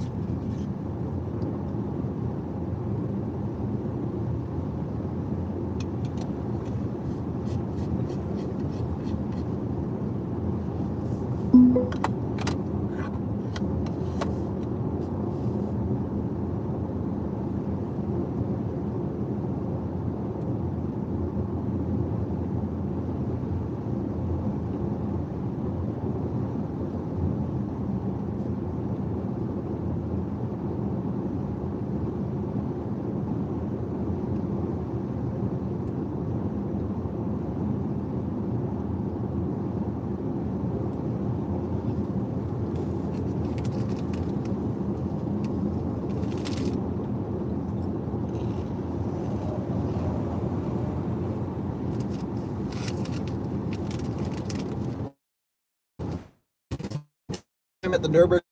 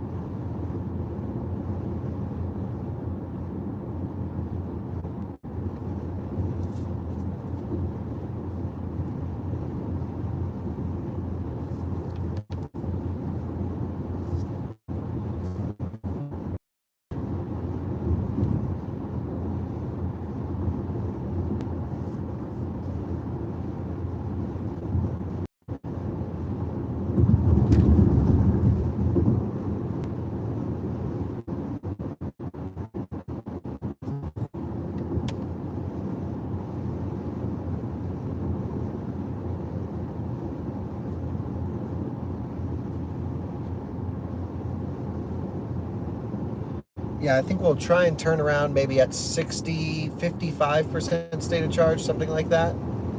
We're currently at 72%.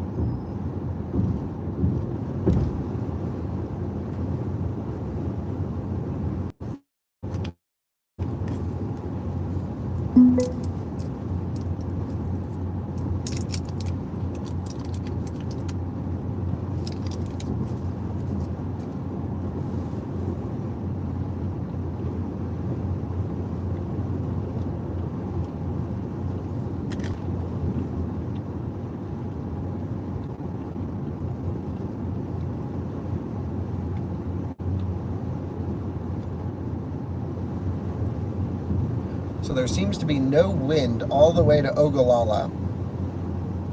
Crazy.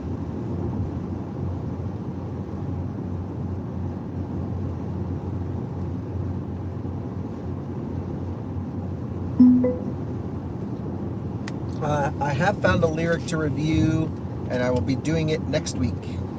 Finally.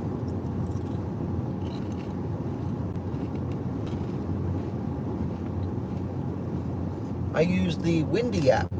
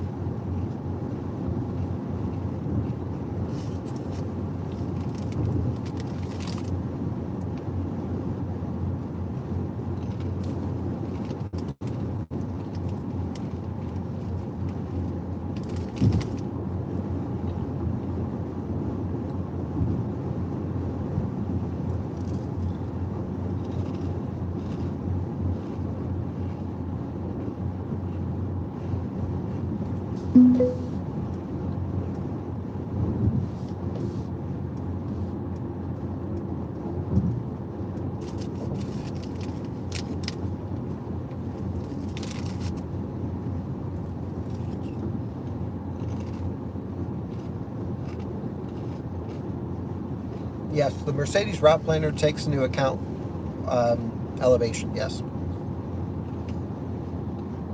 Where are we now? Nebraska.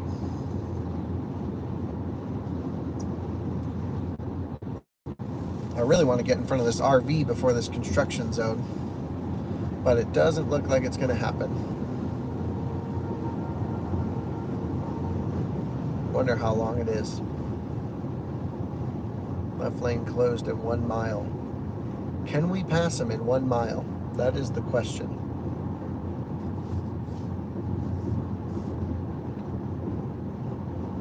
I don't think so. But I think it's going to be worth it to raise 1 mile an hour.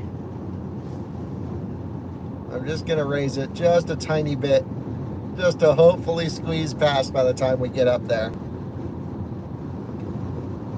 Yes.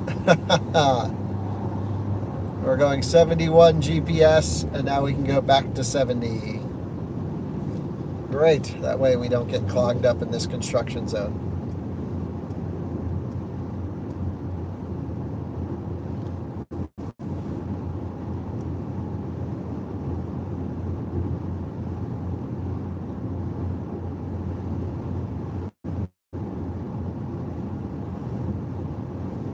Road work next 8 miles.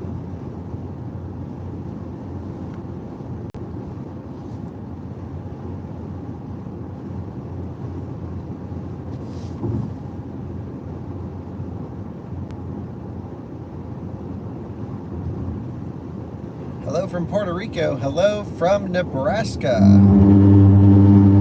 That is a rumble strip. Yes, Mercedes, I'm sorry.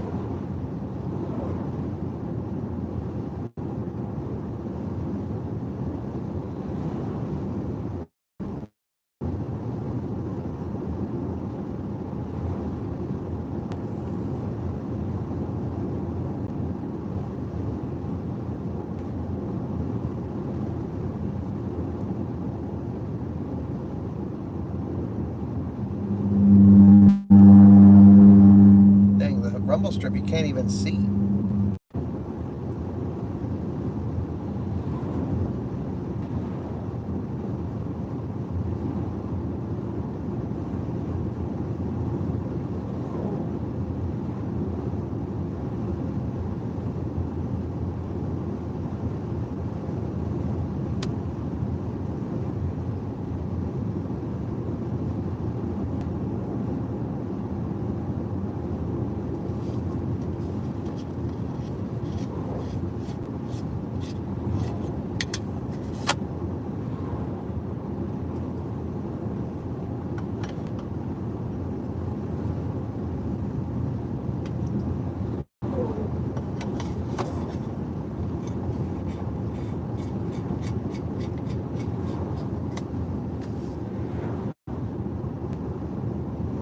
So we've turned around here a few times on other range tests and have taken the back road, Route 30 back.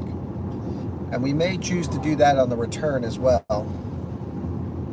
to take 30 back up from Sydney, basically. Just because it looks like there's a lot more traffic heading west than east.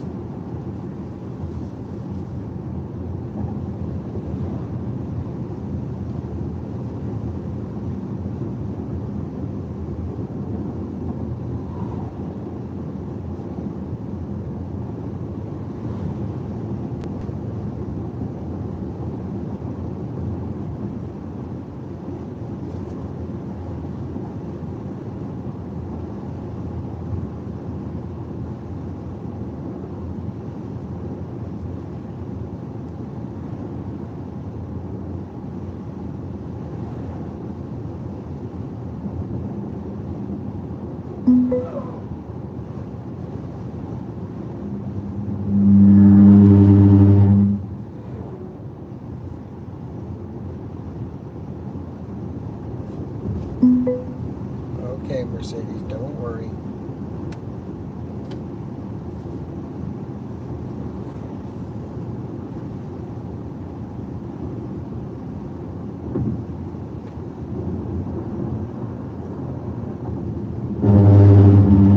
This rumble strip keeps moving.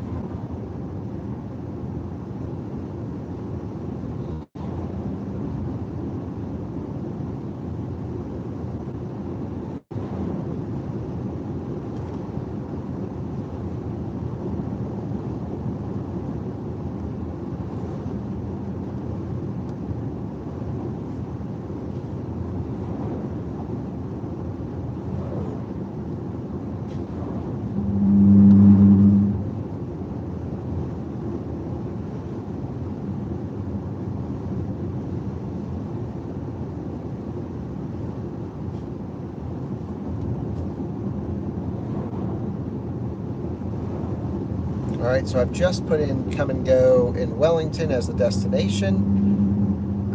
Let's see, it says we'd get there at 27%, so we really need to keep moving along.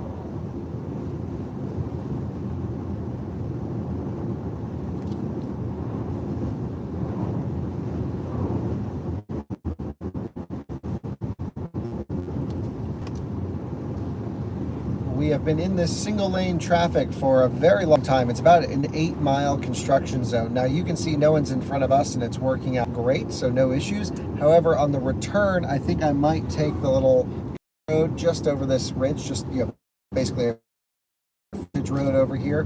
On the way back, it is Route 30 right there, and that is just to avoid this. There seems to be a lot more westbound traffic than eastbound traffic, and I don't really want to get caught in it. Also, we've done that before on a range test and it worked out really well. I think there was just one stop sign to get over to the highway in town, and that's just a great way to ensure we can maintain 70 miles an hour. So I think that's the plan. We still got a ways to go. The car thinks we'll arrive back at Come and Go at 26%. So we still have to keep away for a little while. Just cruising along, no issues. 279 watt-hour per mile. Crazy efficient. Big head-up display. Comfortable suspension. Living the dream.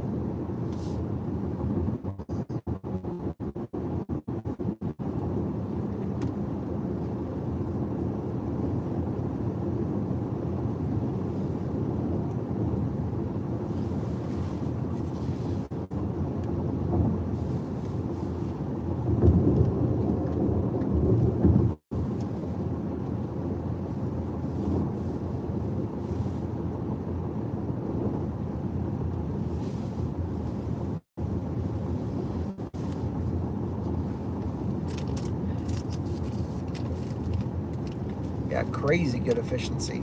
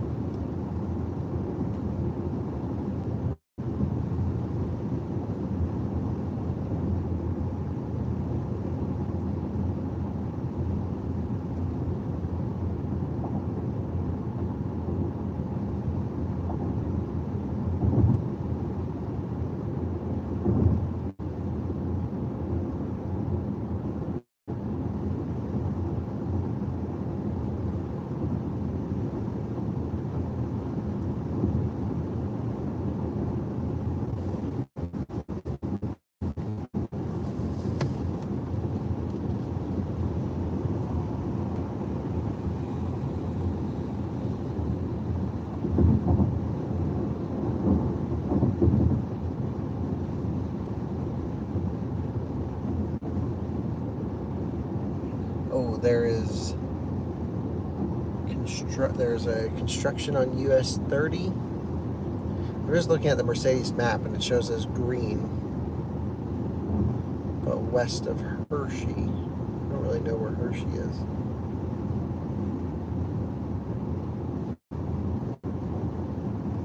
Well, we'll figure it out on the way back.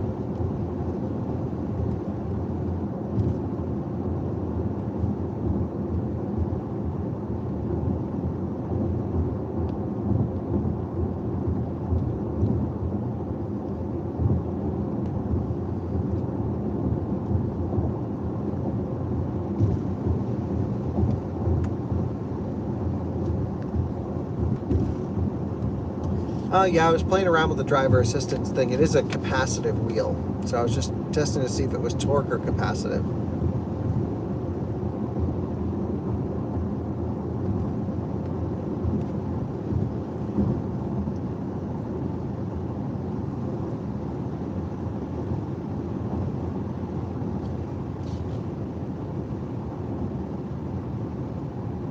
This might be the farthest we've ever gone out in an electric car.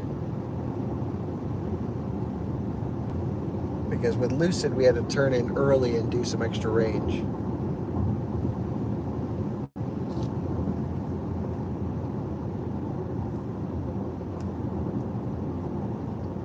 Bacon or sausage? More of a sausage guy. Yep, steering wheel is capacitive, so recognizes hands-on.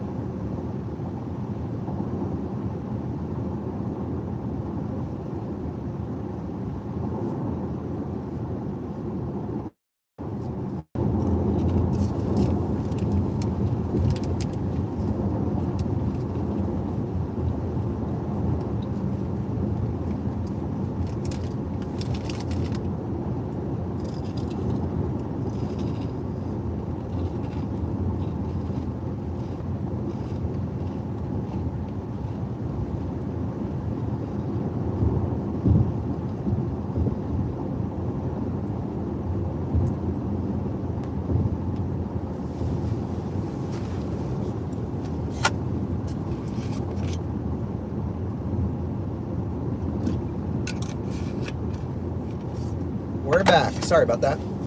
You know, the cell connection out here in the middle of nowhere in Nebraska isn't perfect.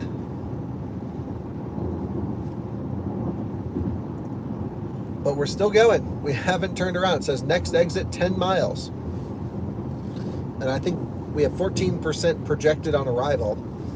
And so that would mean we have 20 miles that we need to put on. But I think we could easily do 20 miles with 14%. So we're going. Dang, this thing just doesn't stop.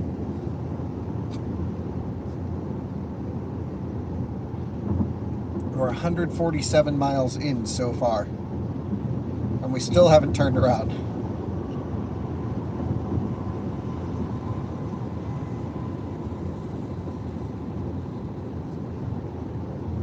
So this is Lodgepole. I really don't think we've ever been this far in a range test before. This is crazy.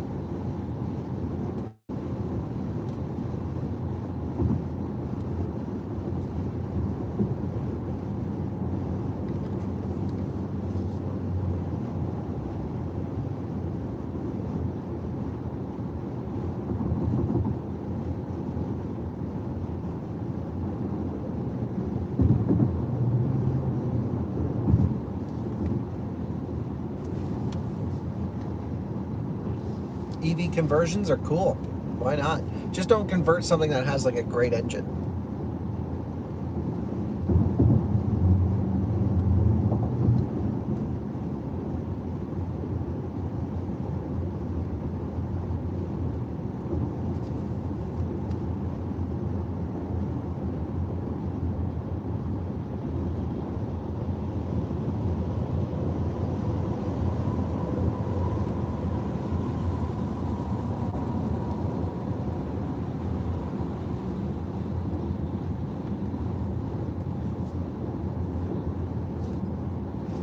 By the way, if any of you are up for an EV road trip challenge, I bought an electric car in Ohio. It's a commuter car. It's one of the cheese wedge things.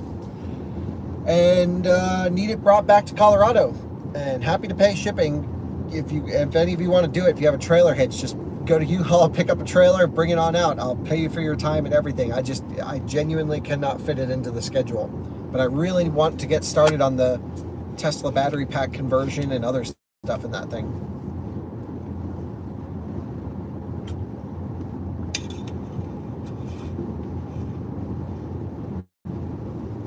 Yeah, Miata makes a great EV swap, absolutely.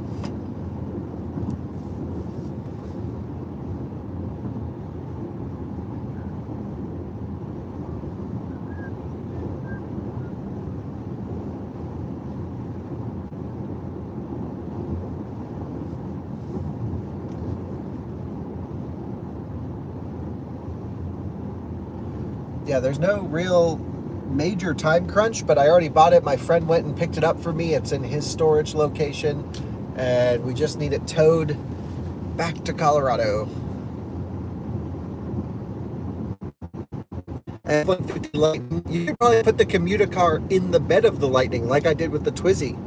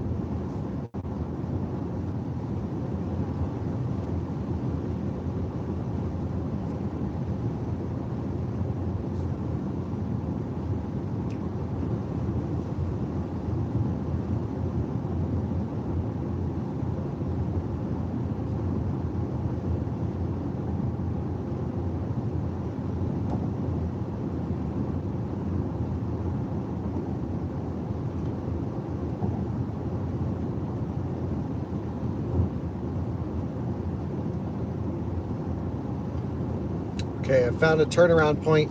It's not going to be this one, it's going to be the next one, and that means we'd get back at 4% state of charge. And I think that's pretty good. Then we'll just run the rest down as we get closer, you know. Or I wonder if that's just pushing it too much and we'll just run up and down I-25 as we get closer.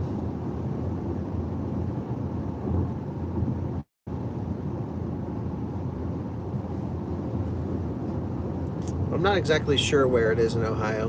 I'm at 62% state of charge.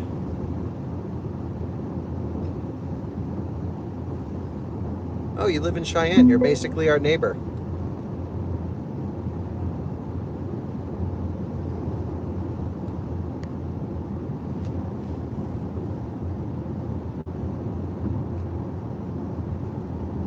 Yeah, I'm thinking we're going to cancel that and we will turn around at the next exit. Always good to have a little bit more buffer for the return. Never know what can happen.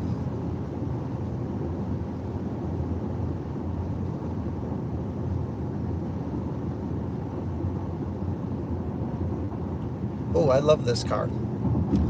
It's not really for me. It's a little bit, you gotta be a little bit older generation, I think. But wow, it's comfortable, quiet, smooth, huge range. I mean, well over 300 miles of range easily on the highway.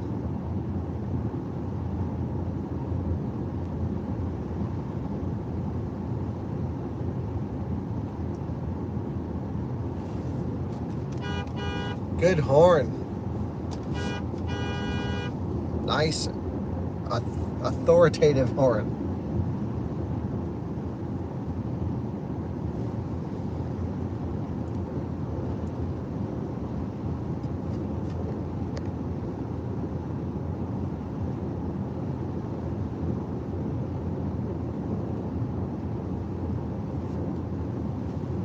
charging curve's pretty good.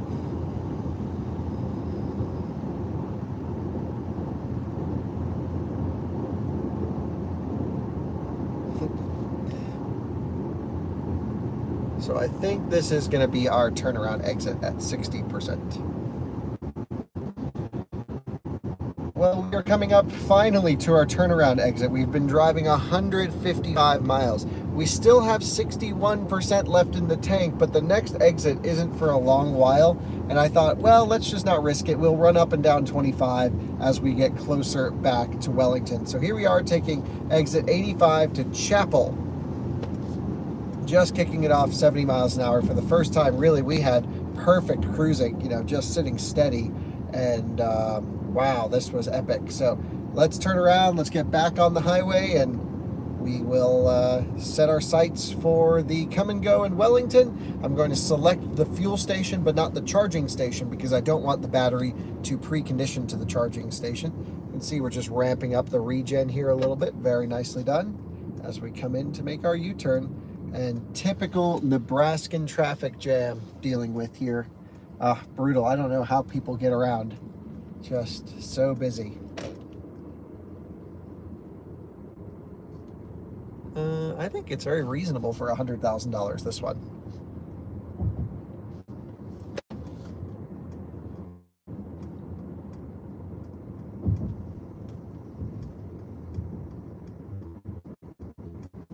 And here we are merging back onto I-80, a little bit tighter than I was expecting, but the EQS has nice rear steering to help hit the car around. Gentle to 70 miles per hour, so we'll hold it power 5%, something like that. And off we go, back to Colorado. We have never gone this far on an out-of-spec range test ever.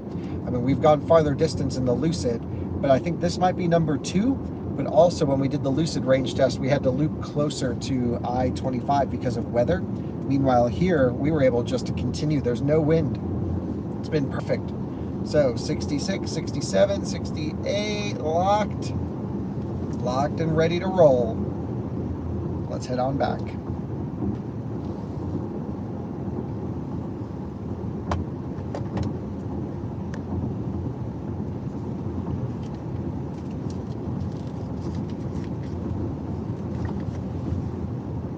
Yep, 158 miles to Wellington. That sounds about right, because we've traveled 157.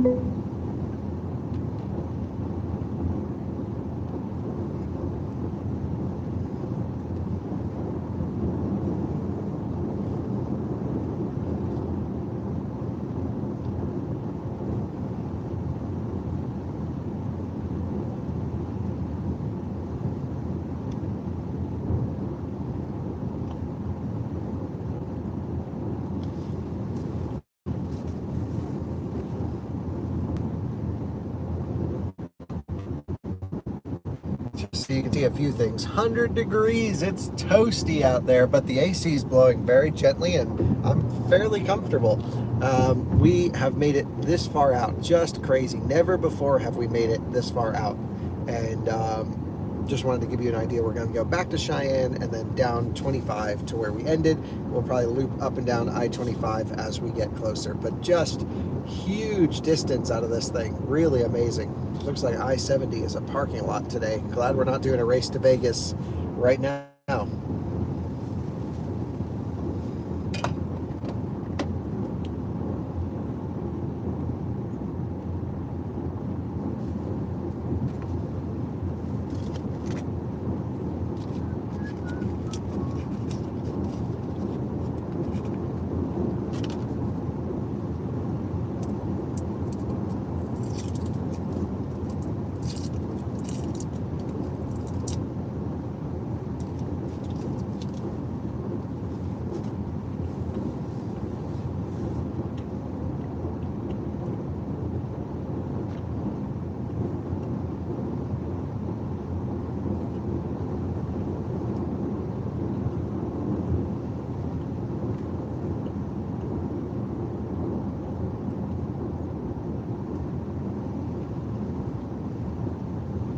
Part 2 of Race to Vegas was supposed to go up today, but since we're live streaming, we've pushed it to tomorrow.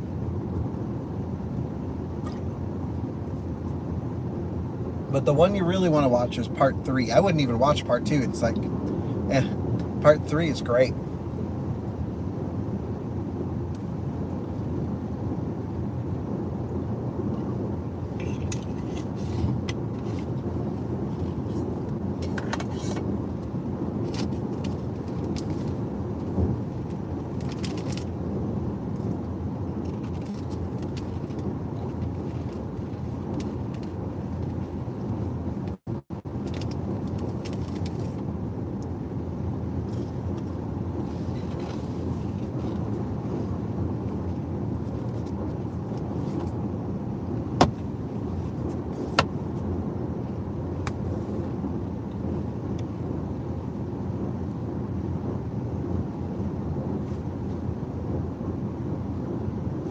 I've got to make a quick phone call, so I'm going to put you guys on mute. Might be, I don't know. We'll see how long it is. But if you don't hear any audio, just on a phone call. Sorry about that.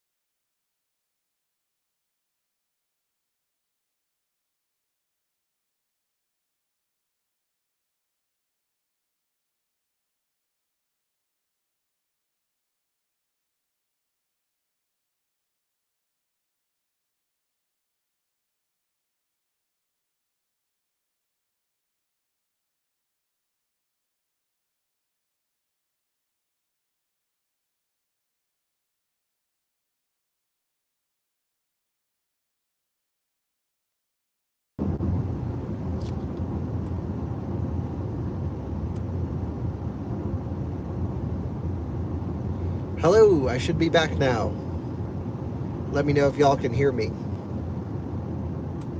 Terrible cell connection through there too. We can hear you, great.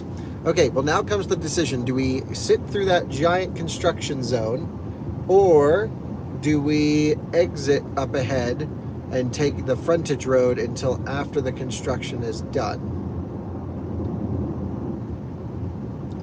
Right now, it's looking like I would just take the construction zone because there's literally no one in front of us. And so I'm leaning towards that. But I do see some trucks off in the horizon that we will catch before the end of the 8 miles. Frontage road. Yeah, you guys comment. Let me know what you think. If you comment frontage road, enough of you will take that. If you say stay on the highway, ultimately both are gambles.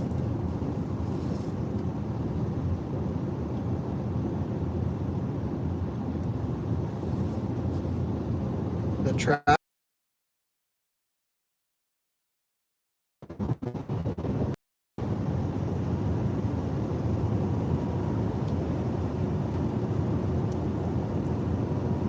We got a truck trying to go for the pass here.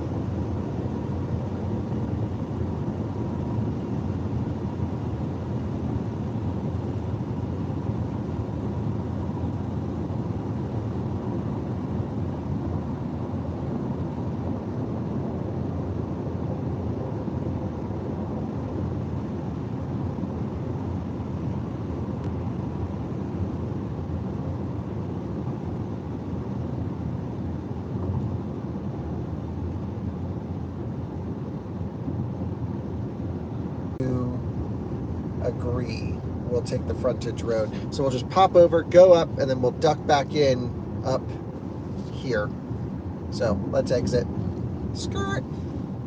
This way we can just guarantee 70-mile-an-hour cruising right along the highway. Makes the most sense. I can see the frontage road right there. So let's do that.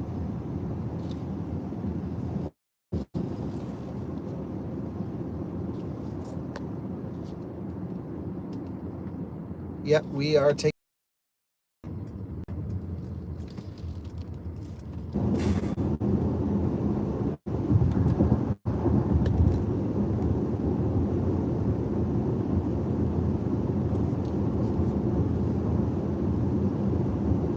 Roads are going to work out just okay for us. I'll update you when we get back on the highway, but cruising at 70.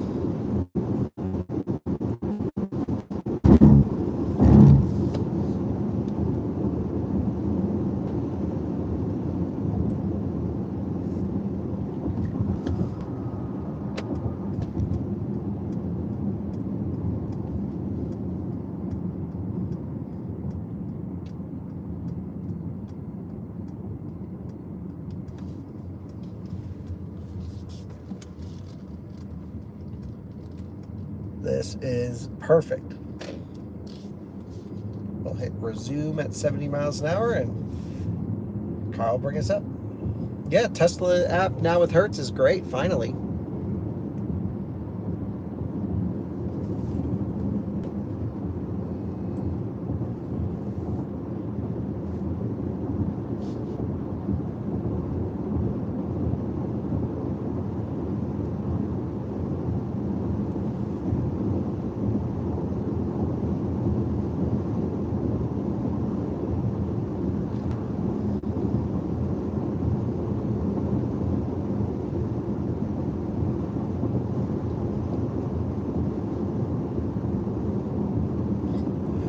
The showers moving into Cheyenne could be a problem.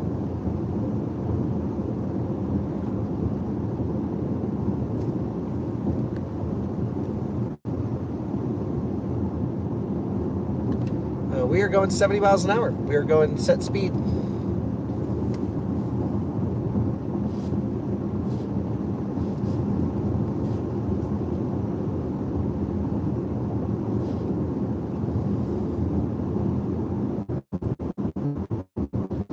Well, I think we're about an hour away from Cheyenne, so that's not good.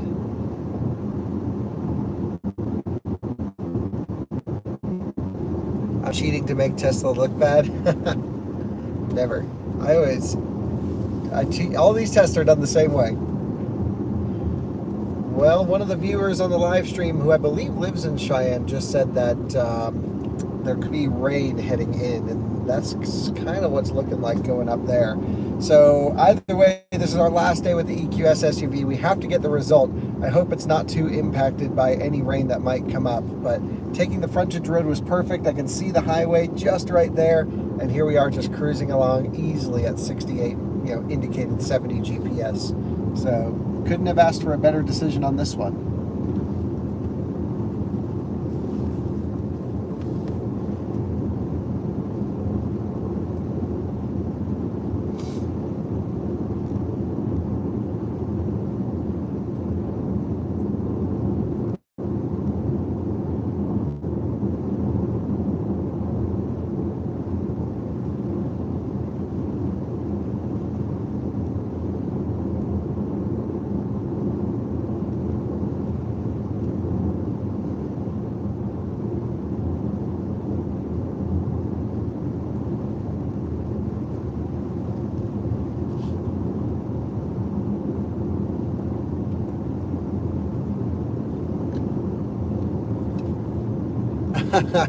You can go wait for the rain next to the highway. That'd be funny.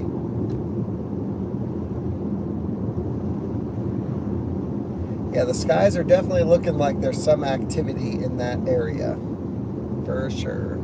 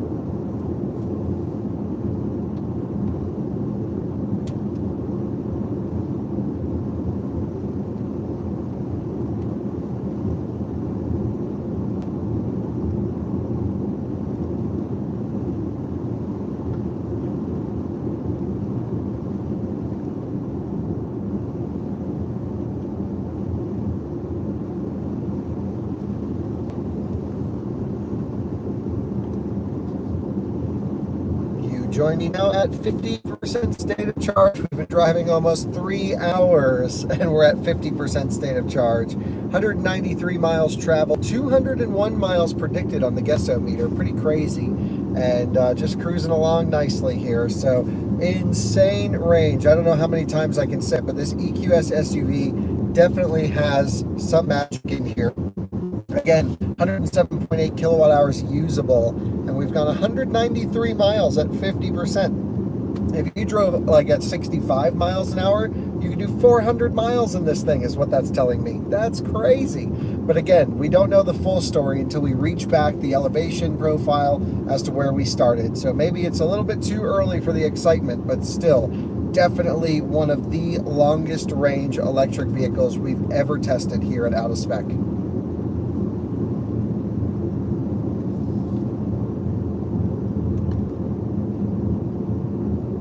Does someone really think we're faking results here? I mean, I'm genuinely not doing anything different than any other test. And the Tesla, I ran 3 kilowatt hours below zero, or 4 kilowatt hours below zero. Like, I drained that thing all the way.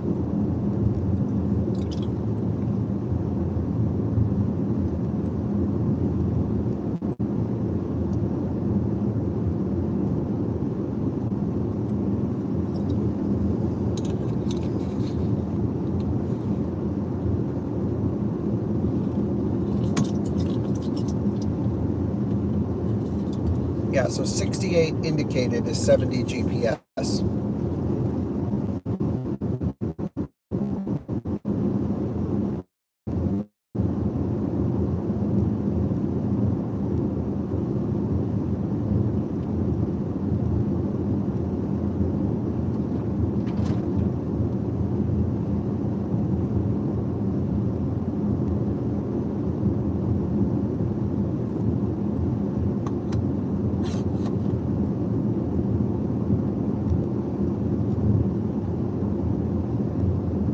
It's funny, I keep looking over at the highway and there's this one truck that we're tracking perfectly with.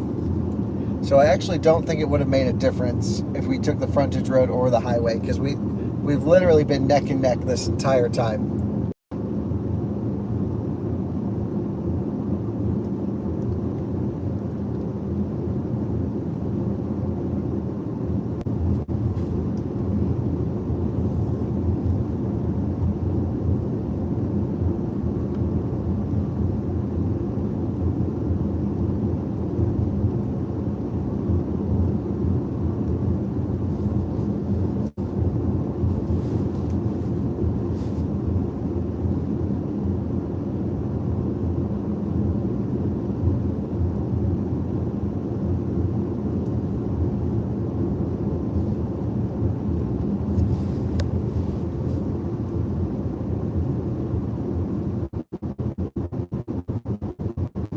We kiss German automakers' butts. I mean, I treat every automaker the same. That's really funny.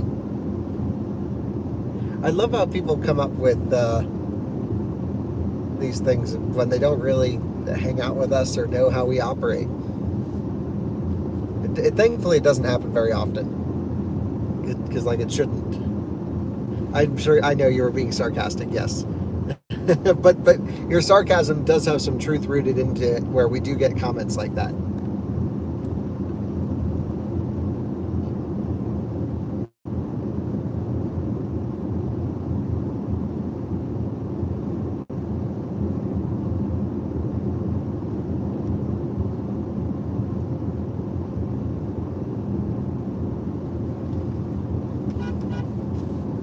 Just felt bored, had to honk. Oh yeah, the Mach-E range test was actually a failure that Ryan did. He got stuck in traffic and we had to scrap the test.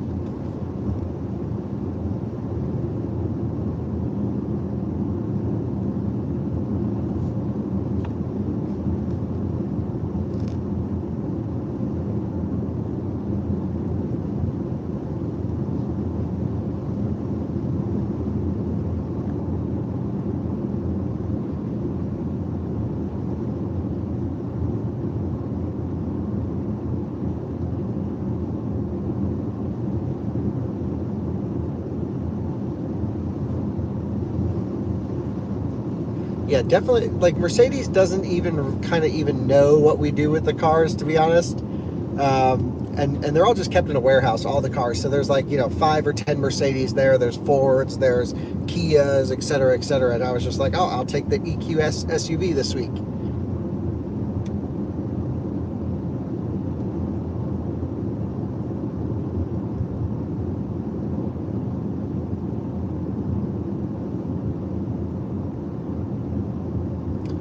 I don't know offhand if it's PTC or heat pump. I would guess heat pump, but that would just be a pure guess, because I'm trying to remember what it was in the EQS sedan.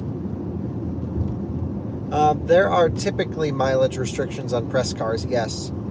They're not like that hard-coded, but if I were to go and put 2,000 miles on one, or do, 1,000-kilometer like Bjorn challenge or something like this, then yeah. In Europe, interestingly, there are no restrictions on mileage on press cars. When we're in Europe, we just drive them everywhere. No one ever says anything. But in the US, if I'm doing something egregious, I always, I send an email. I'm like, hey, I took the iX to San Diego and back and put 5,000 miles on it with everything. Like, I emailed BMW and I was just like, just so you know, I'm doing all this. And they're like, oh yeah, cool, enjoy it. So no one's ever said no to the mileage. But yeah, we do have to ask. Whereas in Europe, they do not care.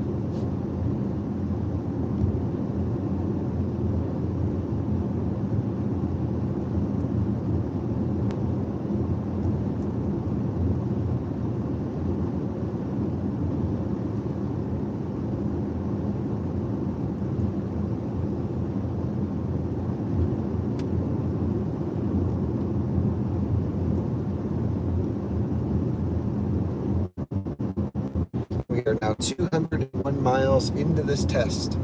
3 hours and 1 minute. Crazy. I'm ready for bed, and we got another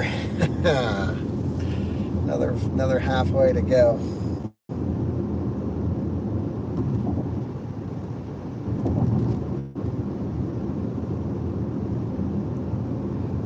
So we pay all charge costs, and also, we still review some combustion cars because I'm still interested in some of them. I always return them full. So we get them full, we return them full. Electric cars, sometimes we return them at 80 or 90% just to preserve battery life, but they're not dead. Some journalists give them back at 1% and say good luck.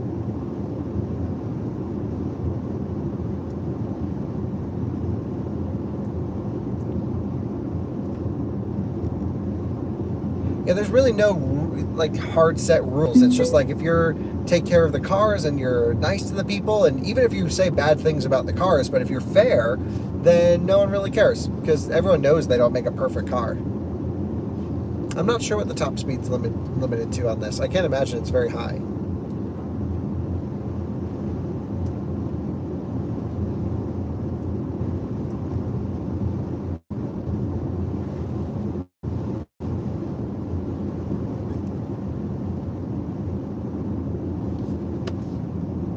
All right, we're just about to merge back onto I-80 after the construction. And here we go, about to merge back onto I-80. Construction zone is over. That was perfect. We're able to maintain 80 miles an hour. And that white truck with that white and blue truck over there was my benchmark. So I don't actually think it would have made too much of a difference either way, because I can see him just coming up over right there on the left side of your screen. So yeah, not sure we really needed to do that, but hey, it was fun. Let's merge back onto the highway and continue cruising.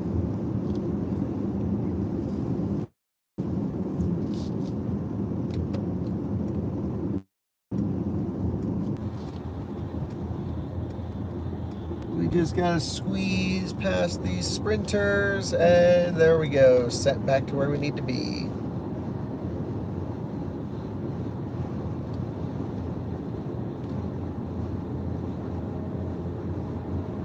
Oh, this guy's going the exact same speed as us. How annoying is this? We are slowly passing him though.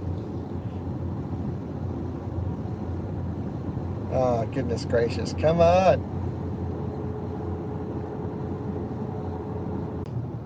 So, fingers crossed we'll be good. Let's go here. Just got to take another quick call.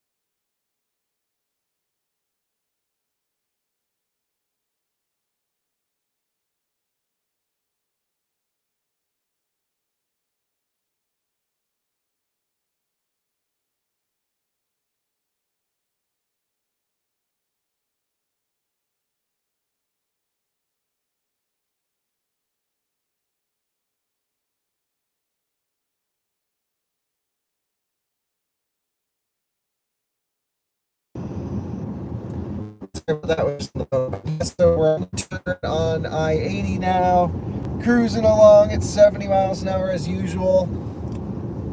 Nothing new to report other than this is just taking forever. This sucks. I mean, the car is very impressive, but it sucks to have to do this.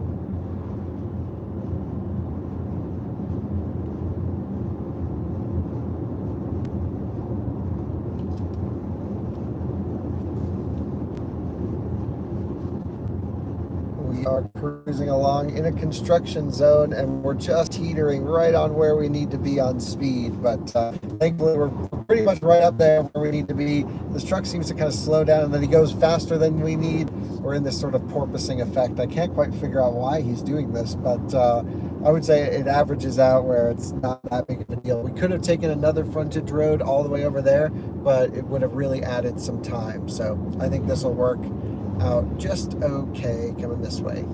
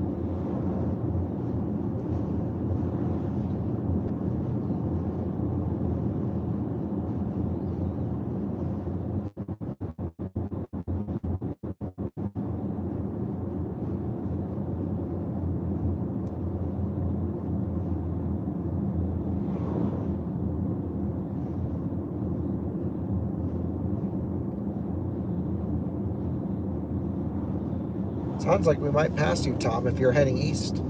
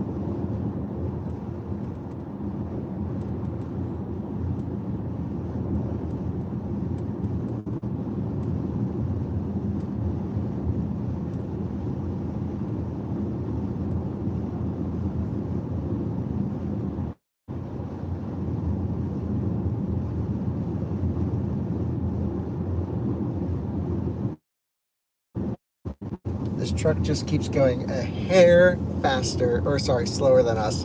So we are holding up the entire state of Nebraska behind us, which is 2 cars. But yep, brutal.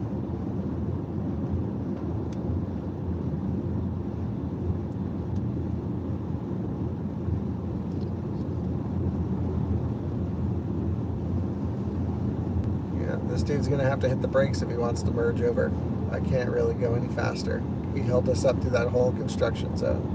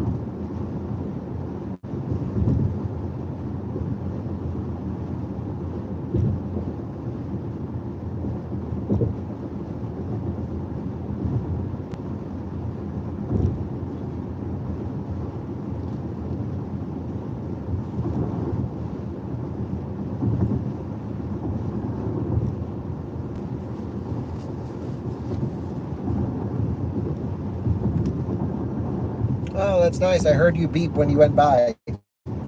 I figured that would be you. Fun running into you.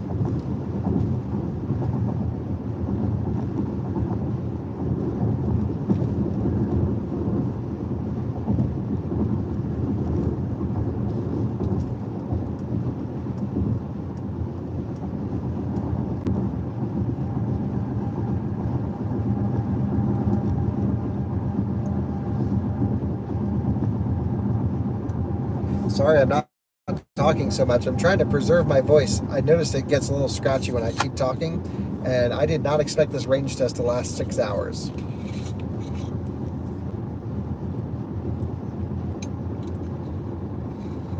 Not doing 40, that's right. In fact, I'm not changing my speed. It's everyone in front of me in this construction zone, that is. I guess this guy just doesn't have the power up the hills because we drop a few mph.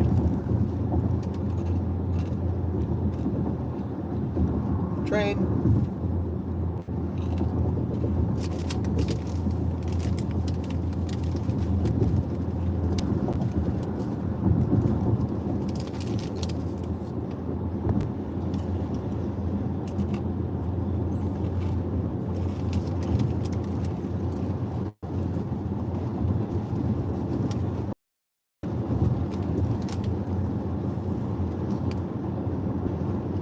Yes, I did hear the horn from the other side.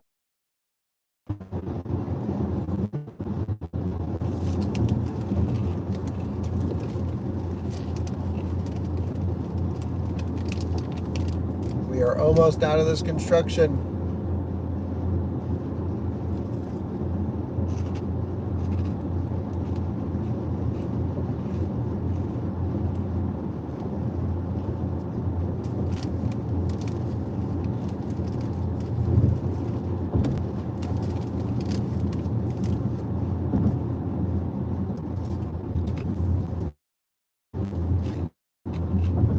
Just have to take a quick call.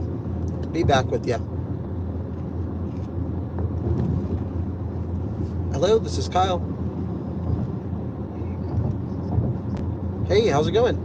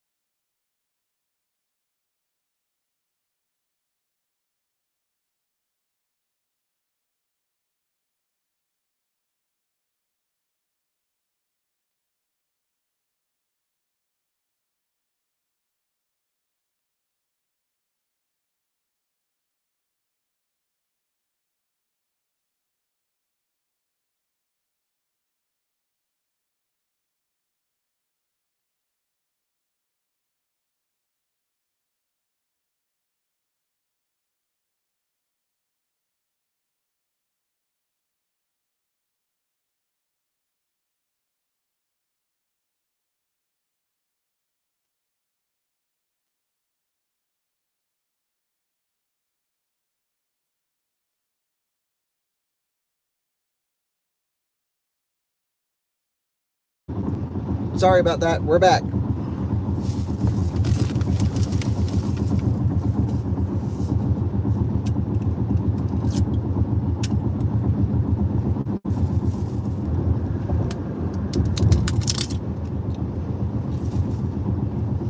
Breaking open the next water bottle. Hopefully this one will get me through the end of the trip.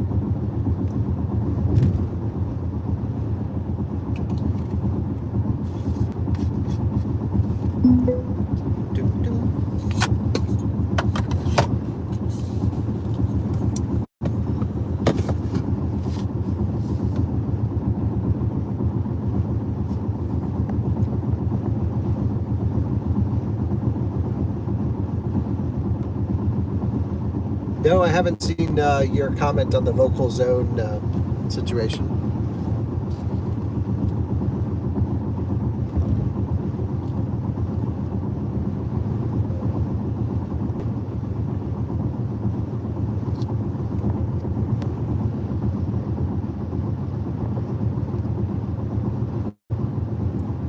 Oh, I see what you're saying.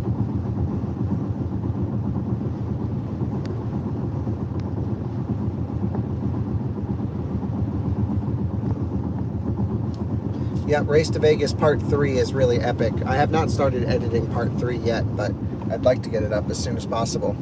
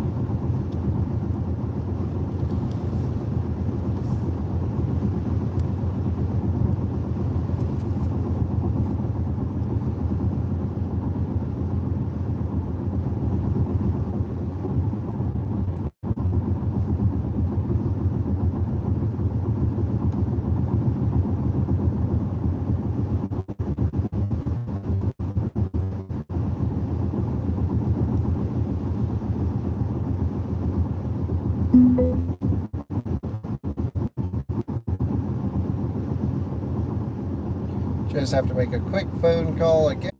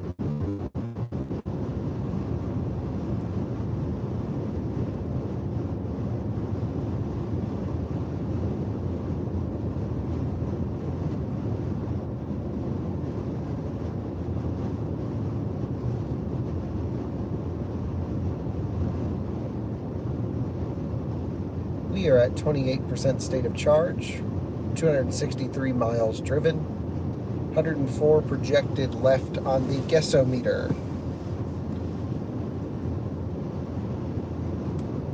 But keep in mind, we are also are approaching the highest elevation of the trip as we come into Cheyenne. And then we'll have a more efficient end of the trip coming into Colorado.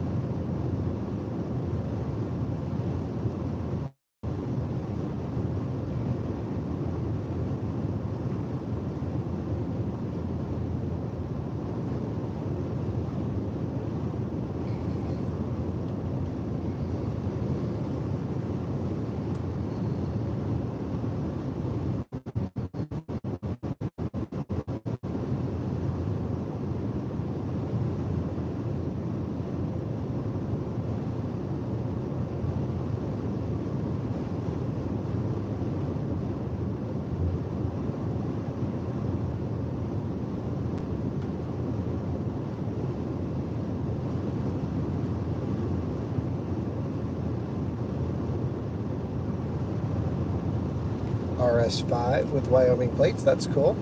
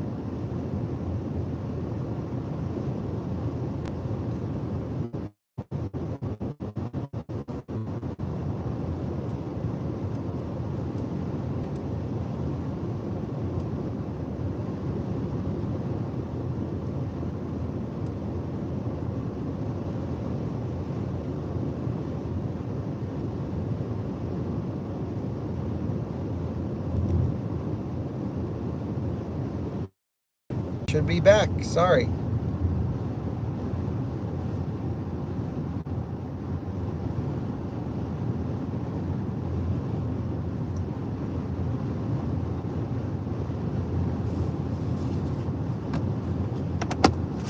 Seems as if the rain has held off, which is great news.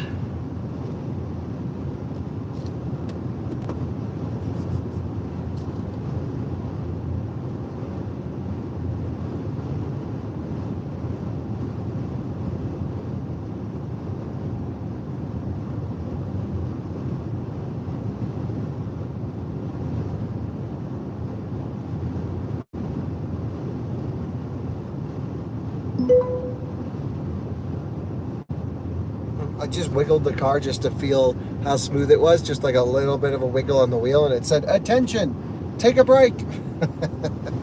Don't worry, I'm just testing the suspension.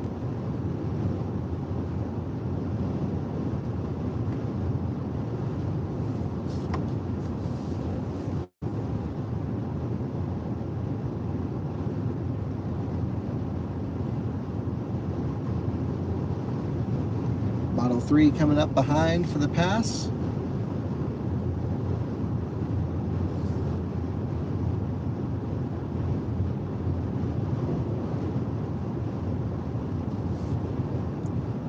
Looks good. Nice Model 3 performance, 2 amped. What a plate.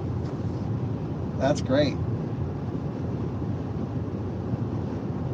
A little bit of a side wind here we can see. They came up nice waves. Model 3 owner here just came up, waved, and we're cruising along. Look at that side wind. So we are definitely getting a little bit more wind on the return than we did. Still not nearly as bad as we see sometimes here. And yep, that was one of our live stream viewers.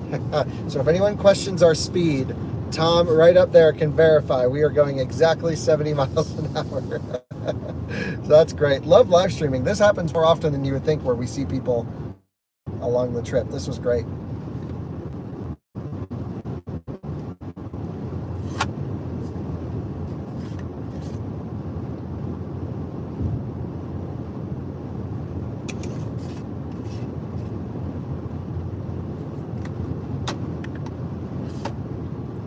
Yeah, the Lucid so far is the farthest we've tested at almost 440 miles. Confirmed exactly 70. Hell yeah. We have some motorcyclists merging on.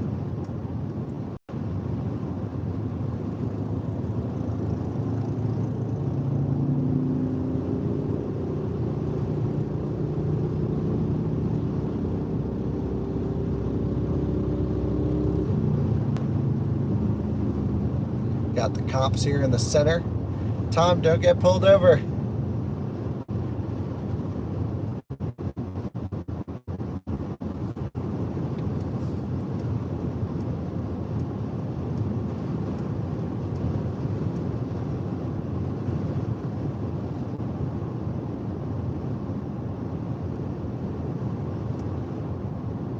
Yep, saw the state patrol.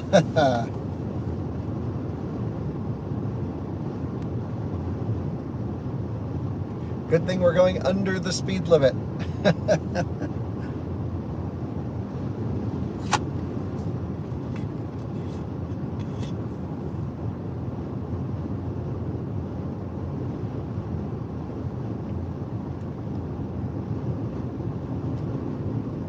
Yes, good thing you slowed down there.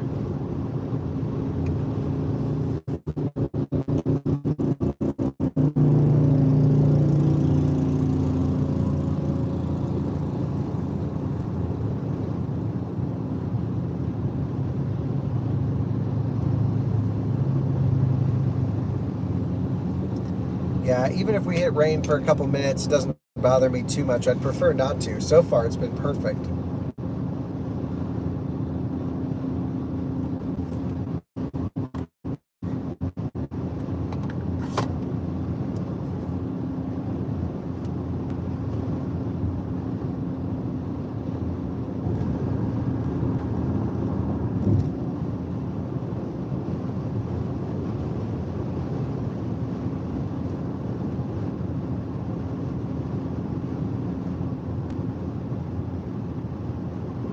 That was fun. Thanks for finding us on the highway, Tom. That was great.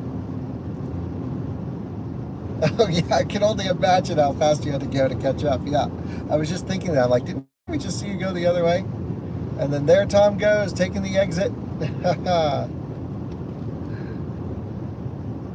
Nice amber turn signals on that one. There's Tom off to the right. See you later. That was fun. That was great.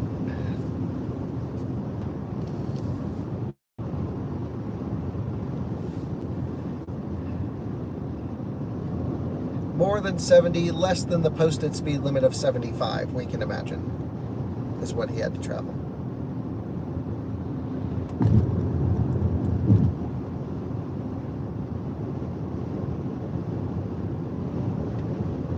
The skies are looking grim, but they're not letting go yet.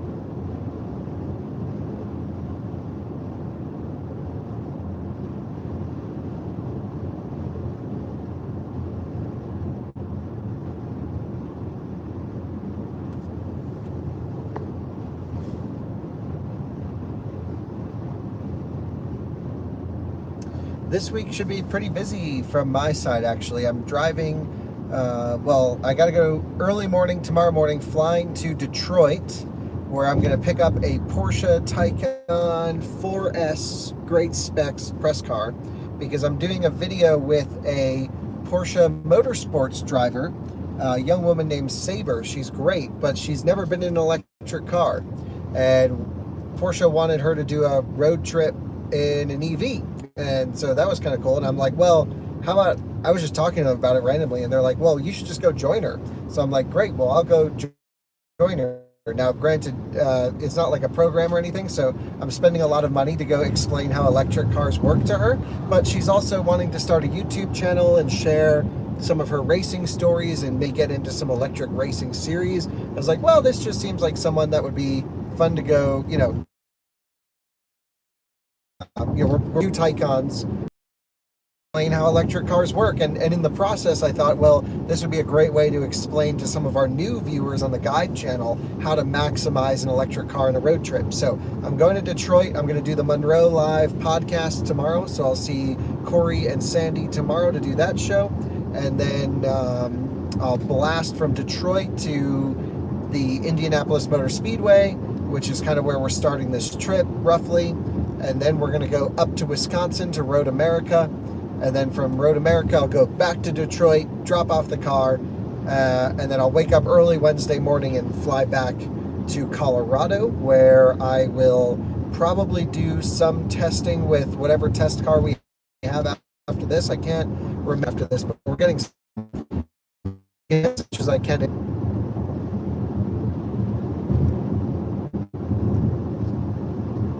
And then, yeah, should be fun.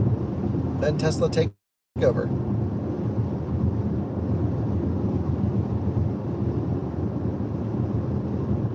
So I'll be driving the Model S out to San Luis Obispo for the weekend. It'll be a jam-packed week, lots of travel. But I love it. That's the usual.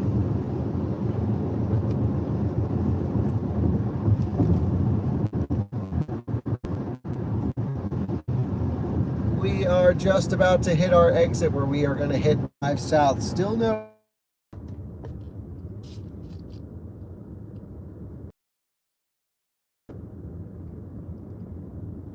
I'm not sure if I'm back or not, but if I am, feel free to re-ask any questions I may have. I apologize.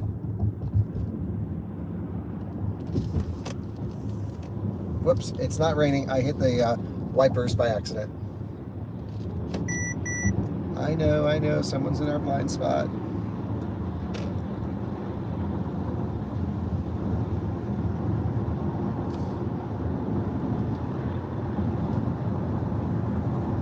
We're back. Hey, Dad.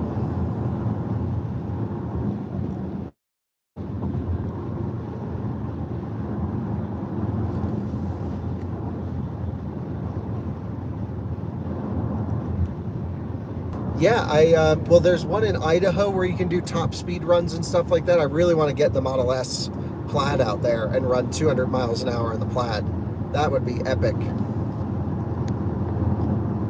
And I can see, when will the next Race to Vegas video be up? Tomorrow.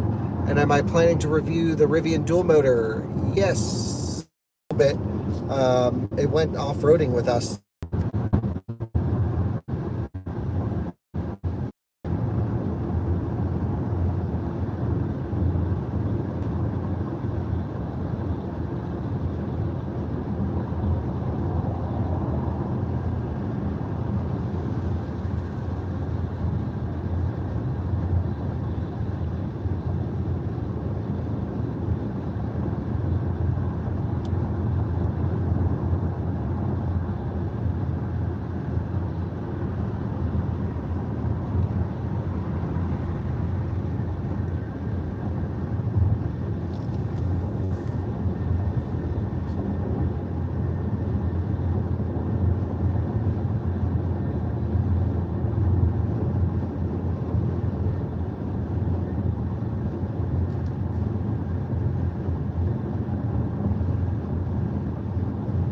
That's right, Silver State in Nevada and Nebraska. Oh, cool.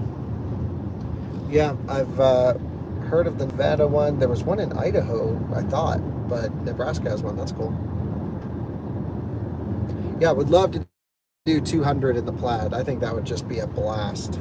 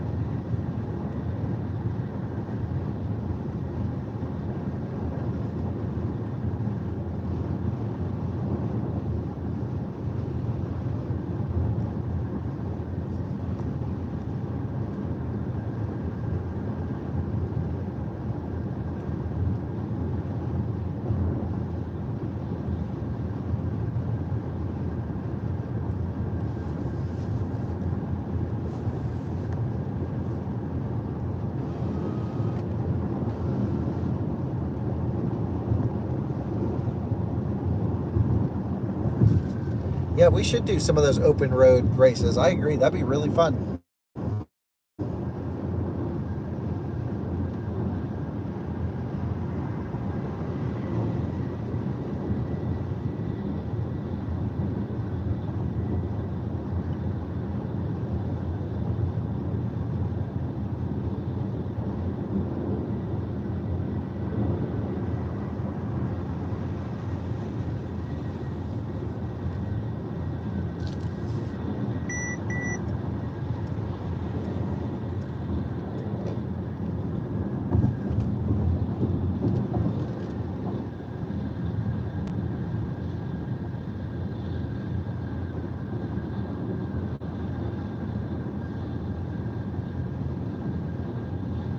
Walter's doing great. I don't know how much he weighs now, but I know over 30 pounds.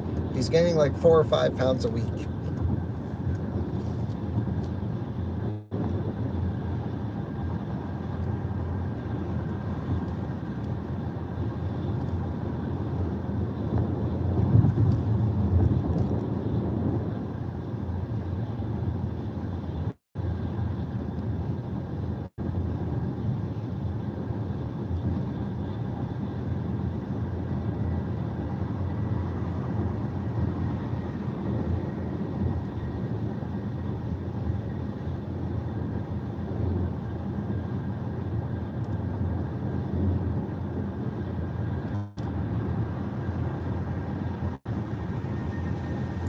That's awesome. Yeah, the Walter content's the best content.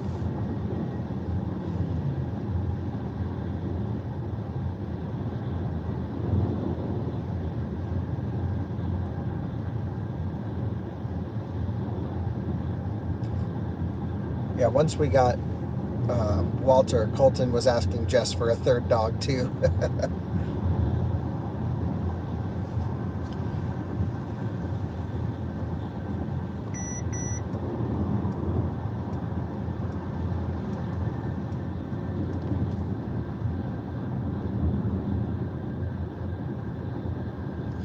Is this more comfortable compared to the iX? Yes, I think so.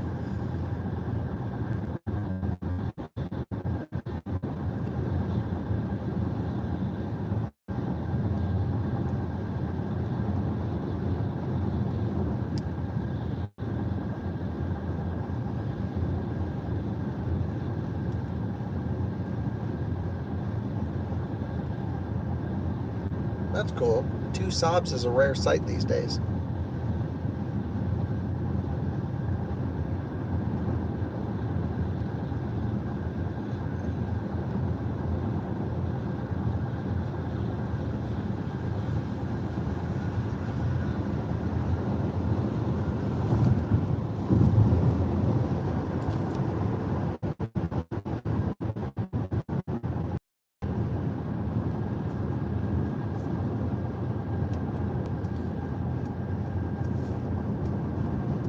Welcome back to the beautiful state of Colorado. We are at 19% state of charge.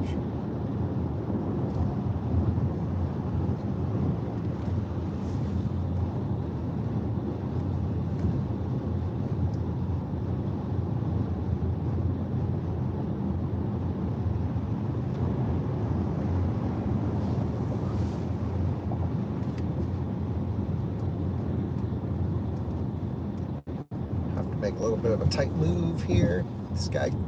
This truck is all over the place in terms of speed.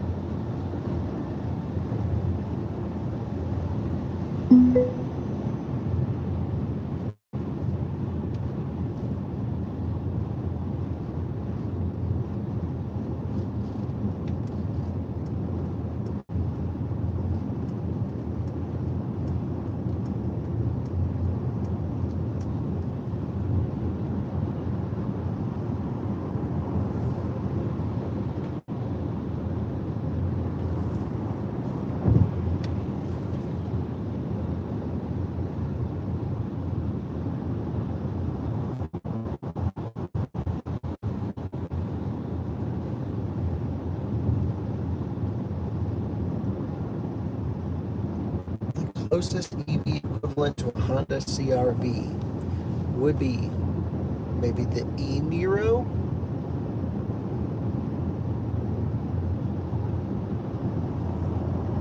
Maybe,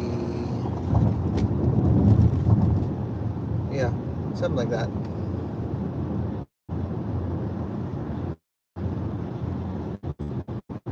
Well, looks like Alyssa's giving us a call. Hello? Can you be on the live stream? Can you just let me know? You're on the live stream.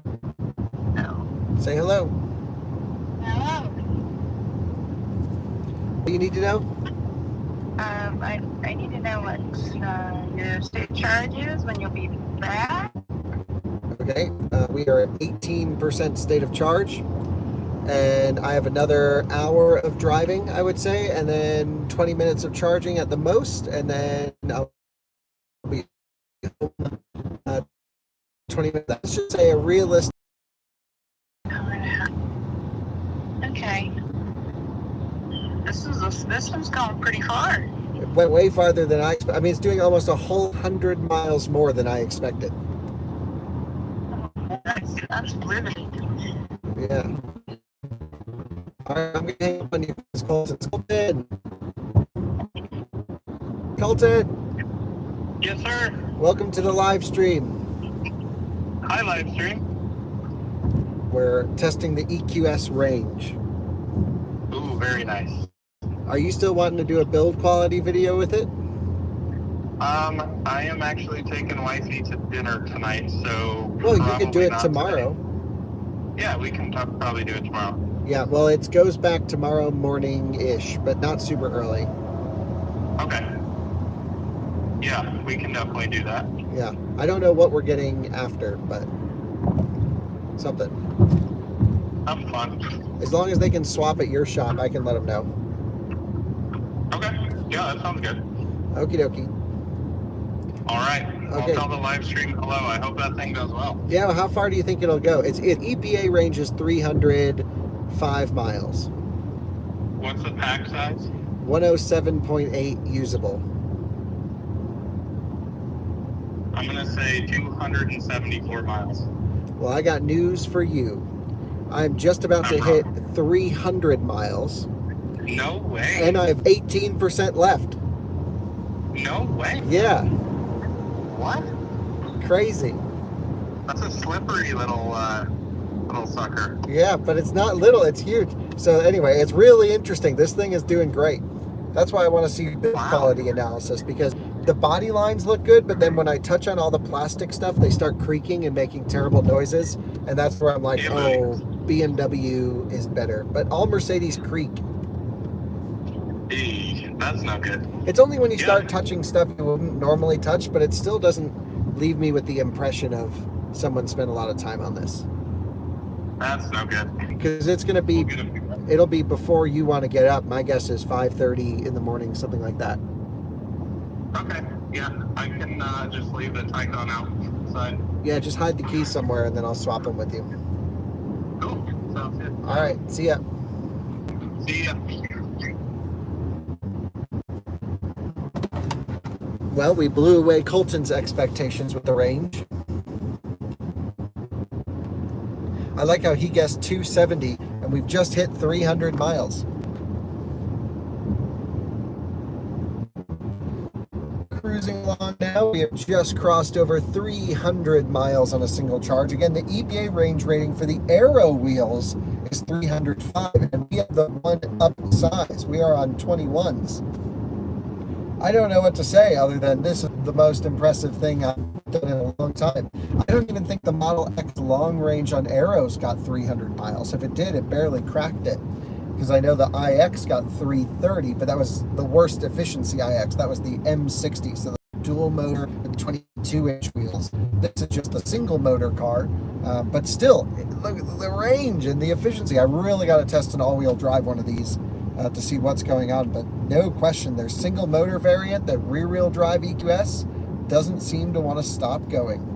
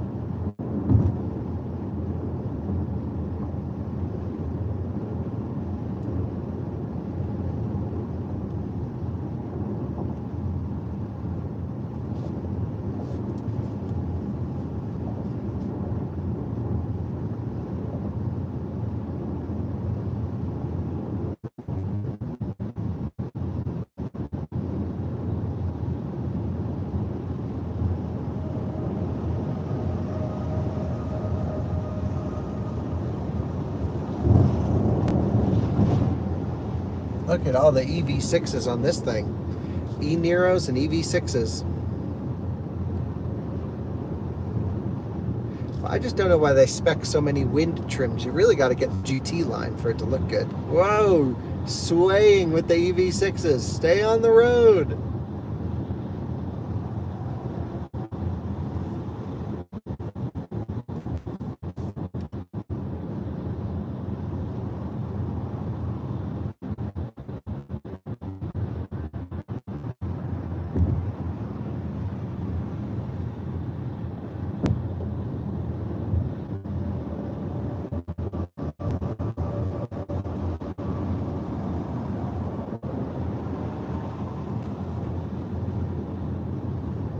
Yeah, well, that would have been great in case I run all the way out and needed a push. But these things tell you when they hit 0, they go to turtle mode, all the things.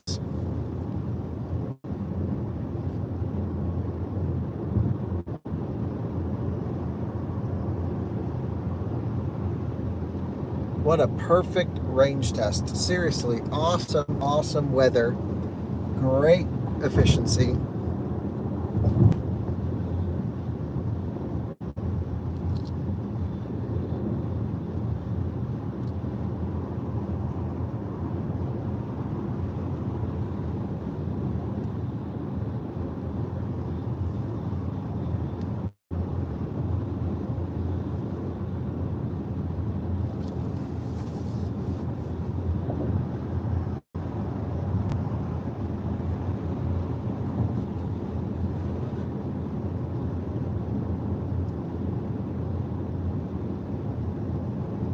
Yeah, I don't know what the total miles will be.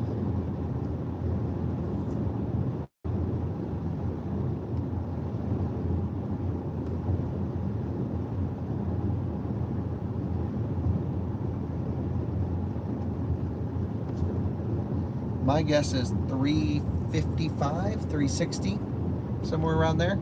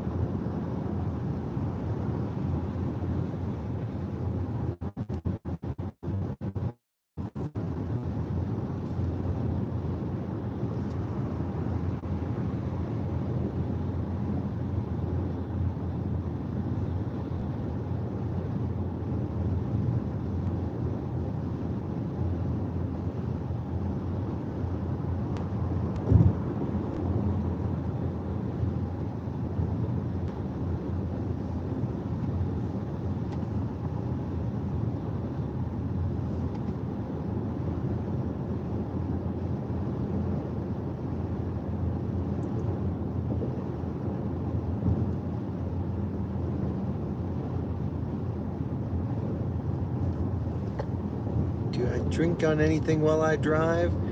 Just waters, typically. Maybe some Red Bulls. I don't know if there's any solution to the Signet surge being worked on. Signet won't respond to us. EA doesn't want to comment on it. There's been no idea. All I know is I'm just done using their network. Obviously, we have to use it to get around, but I just can't wait till we all switch to Tesla and we'll have a much better driving experience.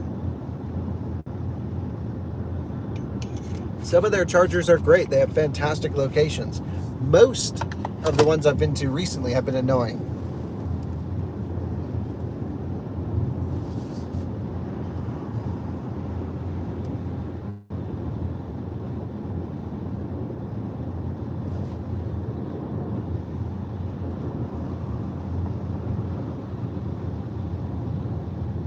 Yeah, that is the one skill I have. I can go forever without peeing. Truly. I don't even feel like I have to pee at all. Sometimes in the morning, just get that first pee out. I'm good for the whole day. It's great. Maybe not healthy, but I'm fine. I've already had 3 bottles of water.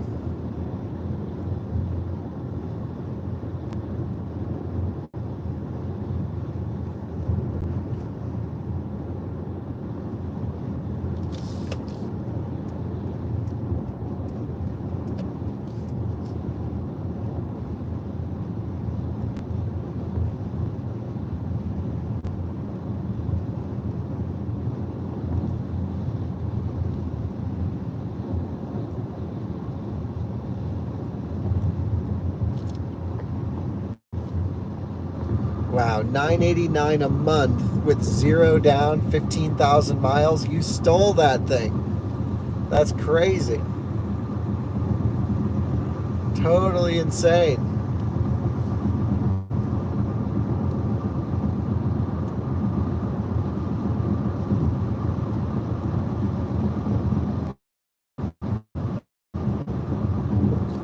And did you say it was a 580? No, just an EQS SUV. Okay. Well, I don't know what the heck this truck's doing. He's just accelerating, decelerating. I guess he can go up and down the mountains, but I'm not 100% certain.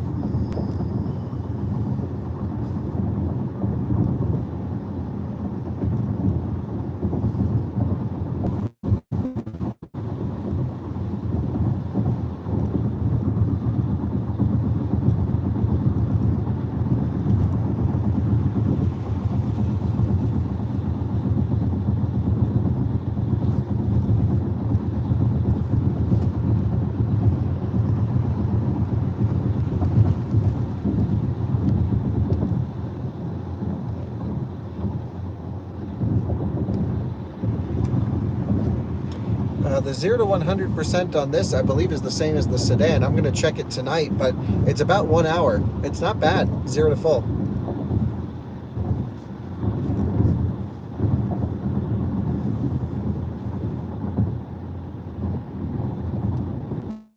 To make a U-turn here since traffic looks pretty crazy up ahead. 295 watt-hour per mile is sort of the expected efficiency of the trip now that we've canceled out all the elevation. So we still have 16% state of charge at 313 miles. So we're going to jump back on the highway and loop back around and keep this thing going until we run it all the way to 0. You know how it goes.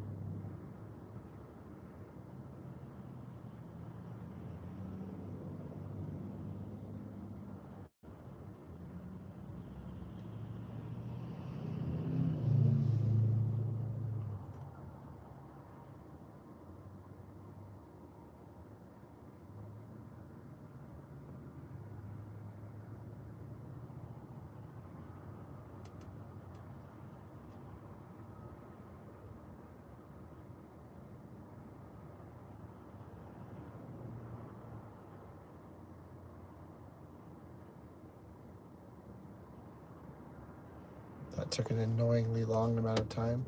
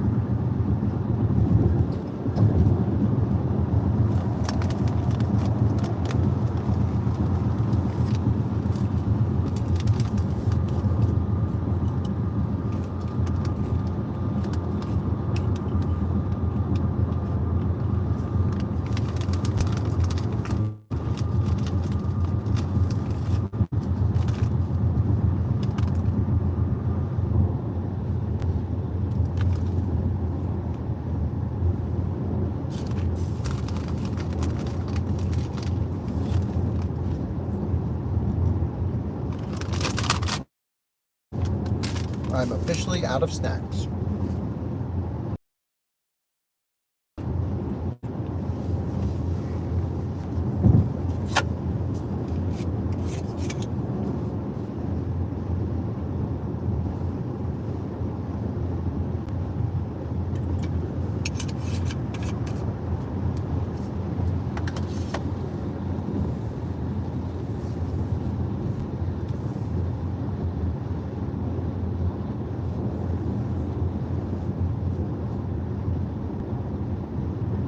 Oh, all I was saying was that I'm out of snacks.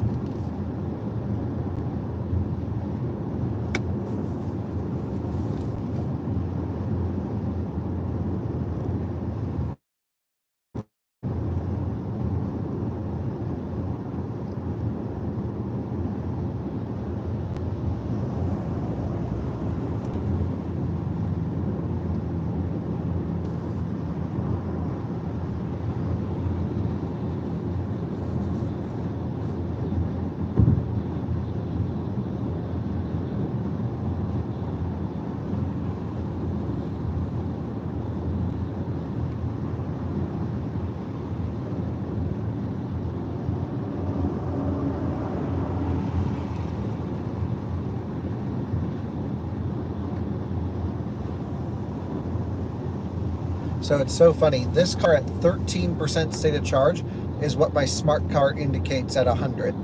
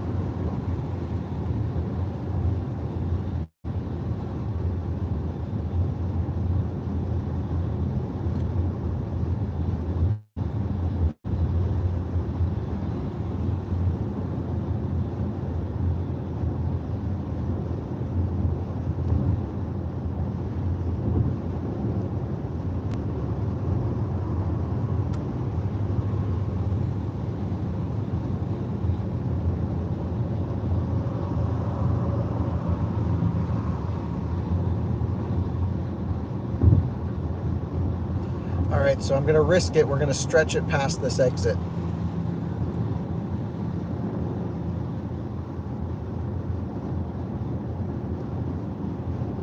We'll be playing with roughly a 5-mile buffer.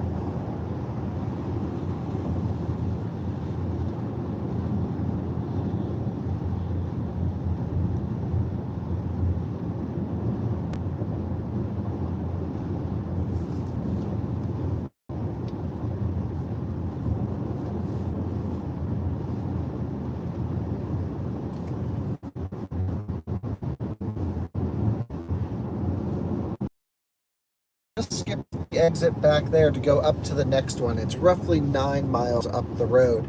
We have 10% state of charge, indicated 37 miles remaining. That might be slightly optimistic, but we have 32 miles to make it back.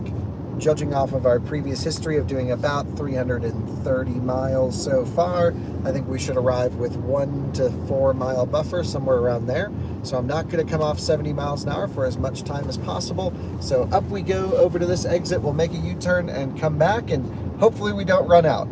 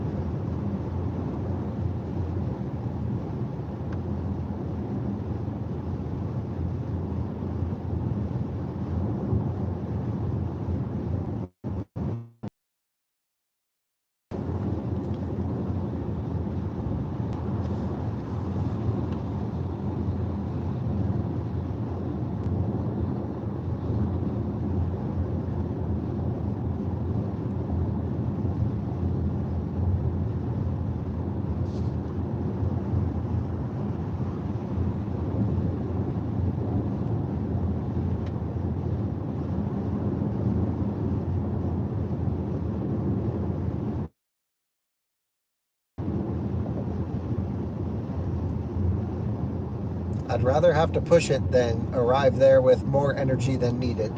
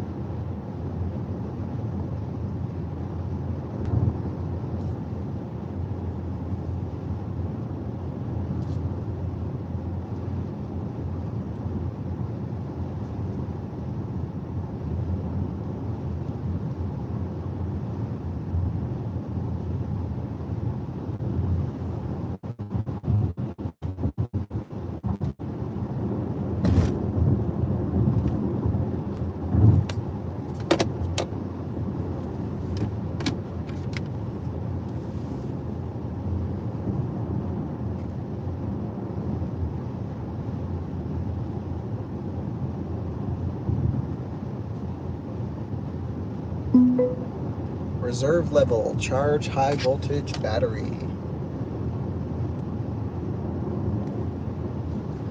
Reserve level, charge high voltage battery right here at 8% state of charge. 29 miles predicted remaining. We have 27 left. We are popping back into Wyoming. Off we go, a little bit more distance, 3 miles before we can turn around and head back to the charging station. This is epic.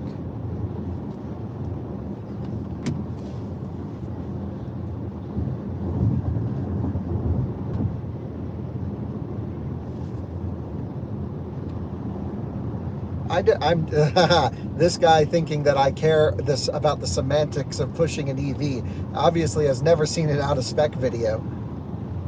I'm not here to promote electric cars.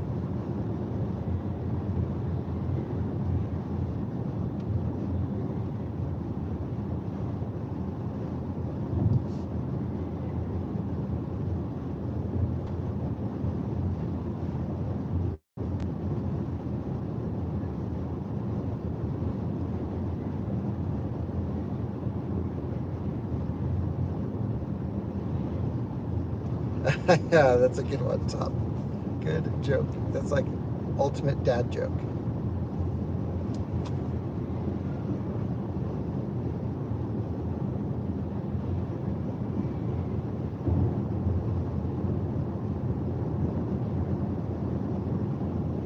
Oh, the people of Wellington are used to it. Everyone at that come and go station, they know the deal.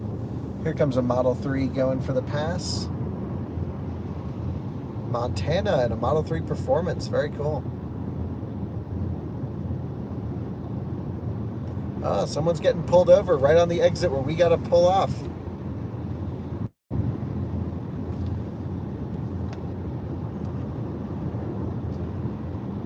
We have reached our final turnaround point. 26 miles predicted, 24 miles left to go. It just dipped down. This cop is about to pull this guy over.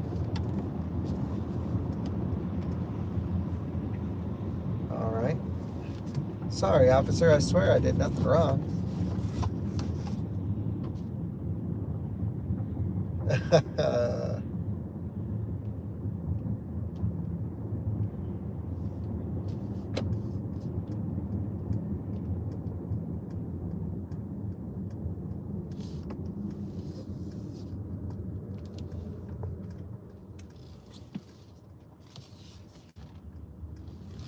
Rear steer, baby. So nice.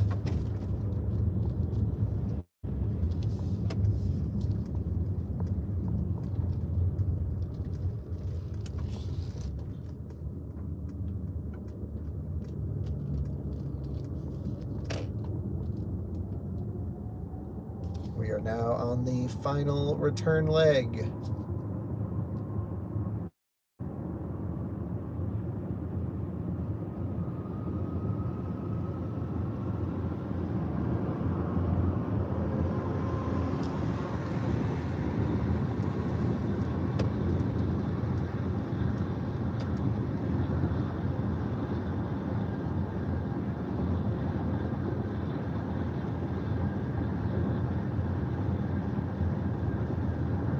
The Mercedes is now asking me, would I like to engage Eco Plus climate? I'm in Eco climate. It says I'll gain 1 more mile. Very smart.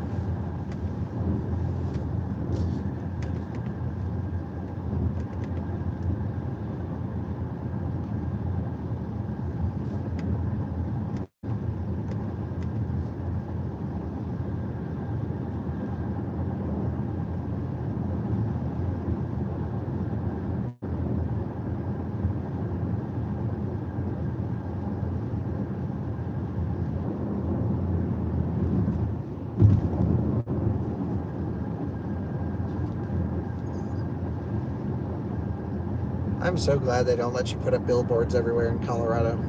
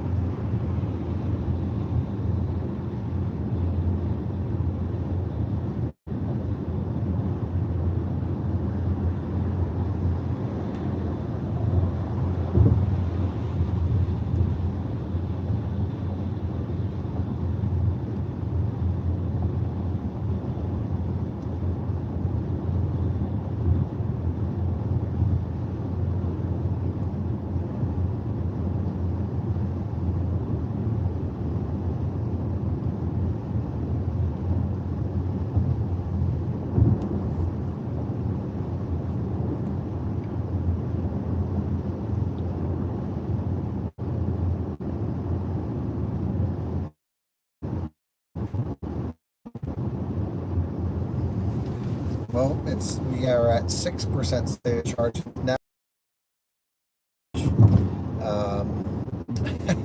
Most of the elevation on the way back, so we definitely chose the correct exit.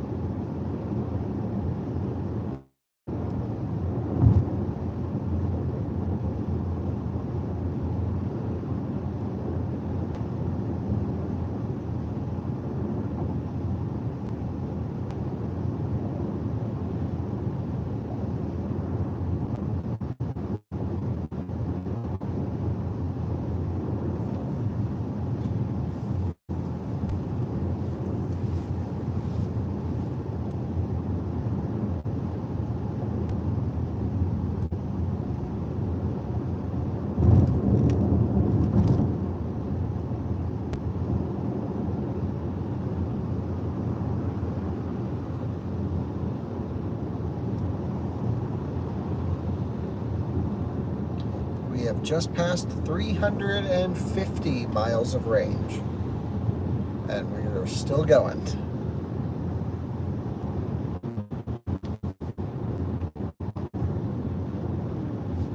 Yeah, I-25 sucks, and I do go through windshields all the time. It's insane. We have now crossed 350 miles of range. Still quite a bit remaining, and as you can see, as we're losing elevation back to where we did the turnaround, our predicted mileage left is actually doing better. We probably should have gone up another exit even, but 10 more miles till we exit. That'll leave 11 miles in the tank. I might actually, I don't know, maybe we should do more highway driving. This is crazy.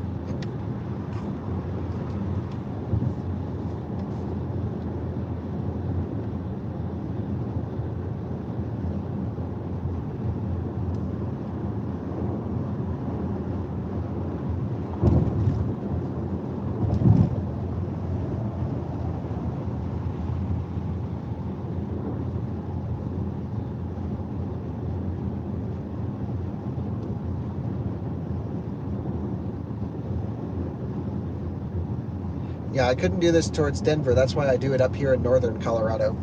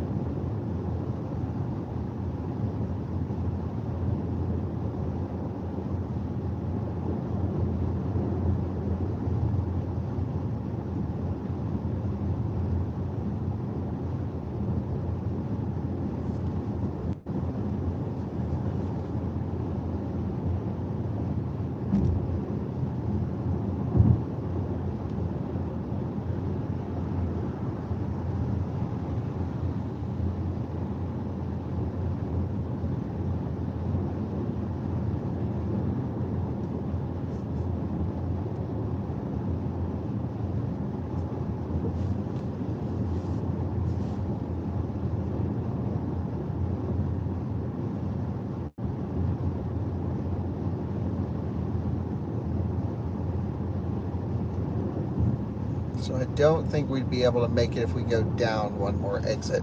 That's 22 miles at 5%. I don't think we can do that. So this is the last highway stretch. The rest will just run off at, on frontage roads. What I'll probably do actually is I'll turn around and come up the highway here. I can at least do that, and then we can take frontage roads back just for safety.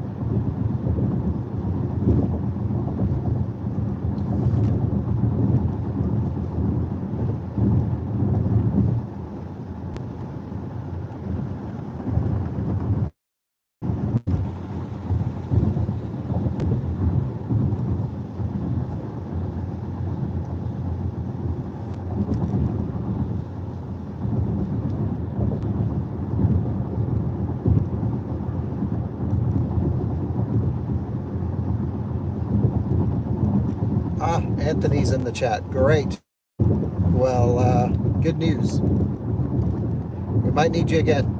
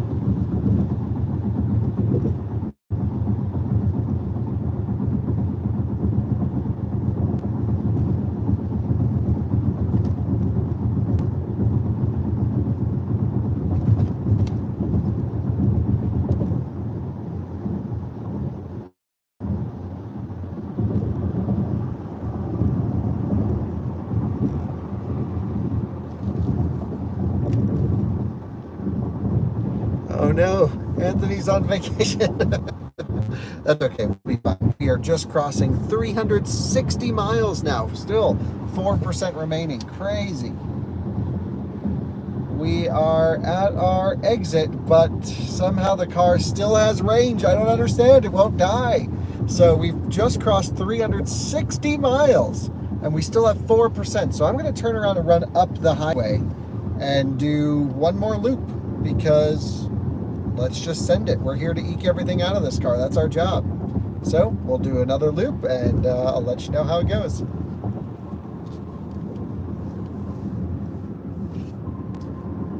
See, what I really want to do is do a loop straight on, but I can't because it's 21 miles and we do not have 21 miles worth of range in this.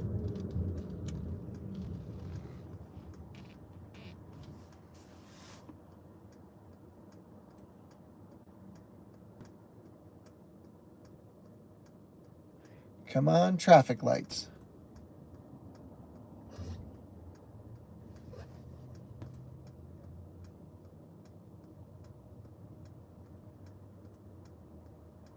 No power limit yet either. But I guess that kind of makes sense because this is the low power version.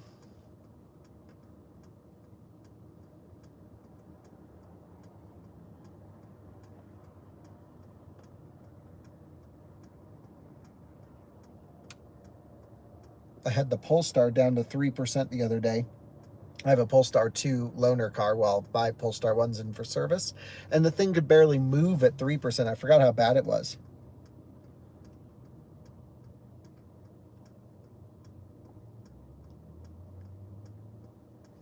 Okay, green light. If we hurry up, we can make the next green light. I'm hitting the throttle a bit harder than I normally would. Oh, we totally have got this. Everyone just hold on tight. Coming through, range testing. Thank you very much. All good. It was a hard yellow, but we made it.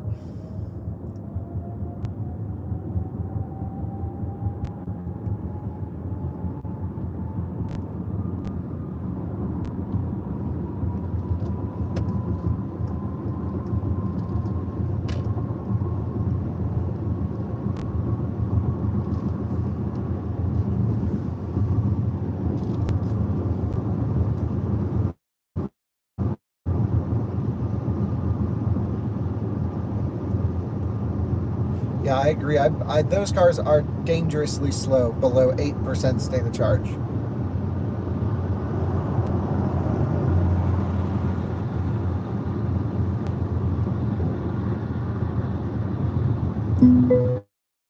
Reserve level, charge high voltage battery. We have just got another warning. It says reserve level, charge high voltage battery. We are on the loop heading up this way. I'm still not really noticing a power limit, so that's interesting. Anyway, we're back to cruising. This is crazy.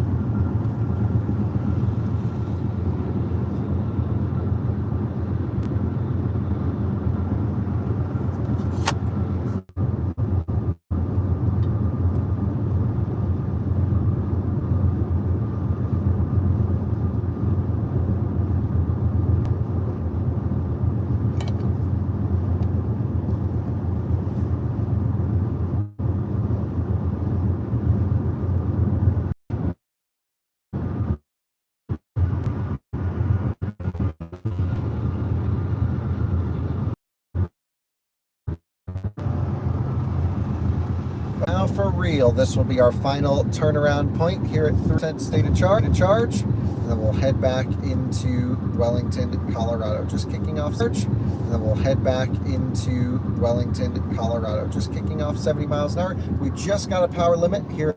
You can see that little tick is now at 90% state of charge.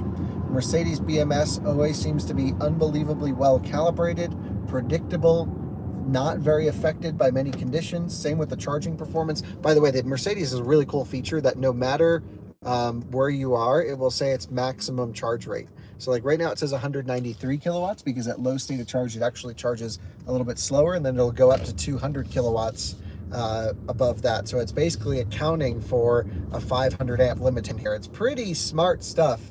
And I just love that it'll tell you no matter what, that's the maximum DC charge rate you would get if you plug it into a charger right now, assuming the charger can give the car everything it wants. Such a great way to learn how cold affects battery, how heat affects battery, how state of charge affects charging performance, because of course you have an amperage limitation with this vehicle and a 400 volt system architecture.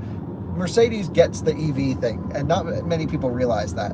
And now, of course, they're partnering with Tesla for the supercharger network. These things are great. You can see our power limit severely getting cut in right now, locked back in at 68 miles an hour. Pretty epic.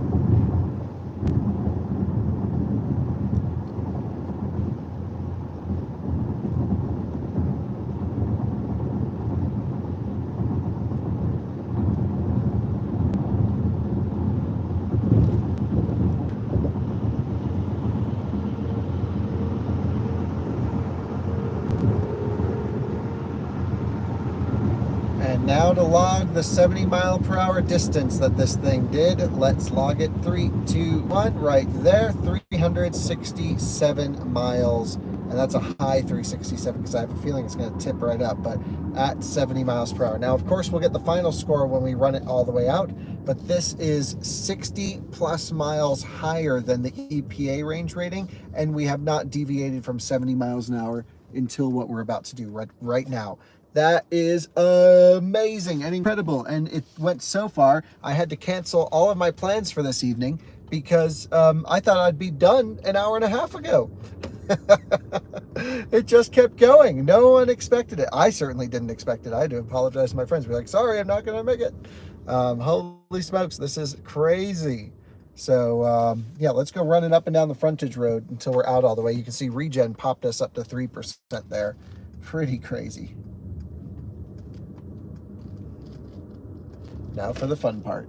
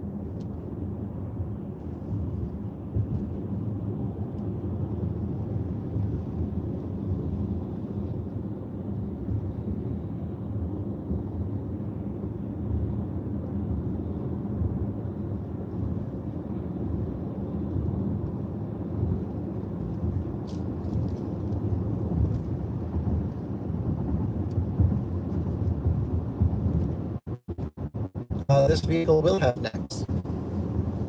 We are now cruising along at roughly 60 miles an hour, plus or minus, something like that. Again, we a little bit under it would be 60, so just running it all the way out here on the frontage road right next to I-25. All is good. Car is still smooth, still has plenty of power, even though we do have the power limit. We are at 2% state of charge. I have no idea how far this thing is going to go. We're definitely not going to see 400 miles, but will we see 375? Maybe.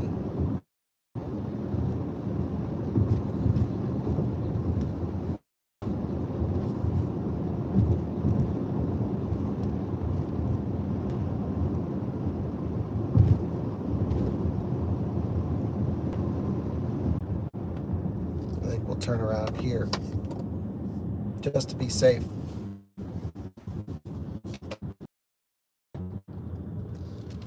Let's try out that 10 degrees of rear steering, shall we? Oh my goodness, don't even have to make a freaking U-turn. Are you kidding me? This car is insane.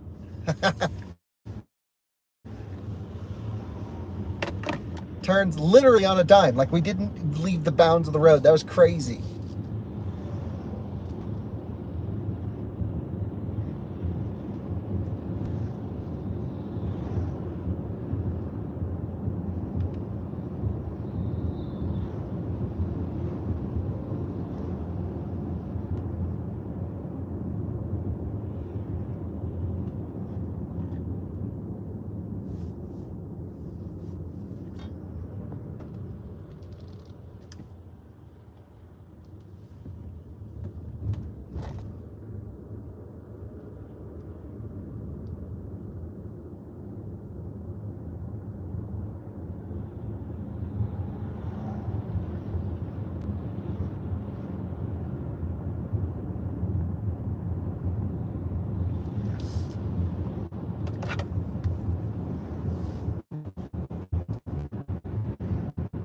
Join me now from 1% state of charge, and we are cruising back to the gas station. It is predicting 6 miles of range. I'm not sure how much I believe that at 1%. That would indicate this would go 600 miles, which is twice as far as, well, not quite, a little bit less than twice as far as what we're seeing here. Just keeping an eye on the power limit. Definitely going to wait until we get into turtle mode and all of those things before we end the test. Just going to run up and down this road until we're in turtle. Once we're in turtle, we're pretty much dead. There's not a huge buffer below zero on this vehicle. They really do let you use most of it, but there is some, so we're going to run it pretty close to dead.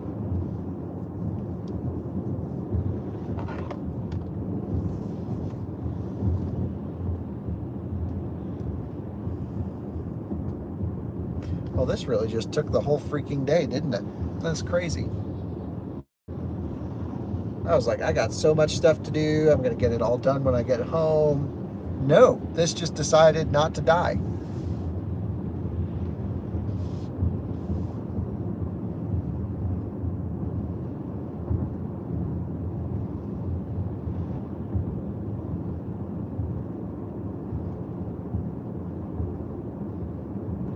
Yeah, now the miles remaining is, they're going down real fast. We're now at 4 miles. It just went 654.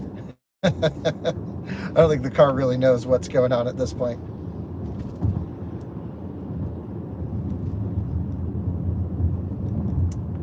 But I think we can squeeze a little bit more out of it. I don't know. What do you guys think? Just a tiny bit more. We'll make a U-turn.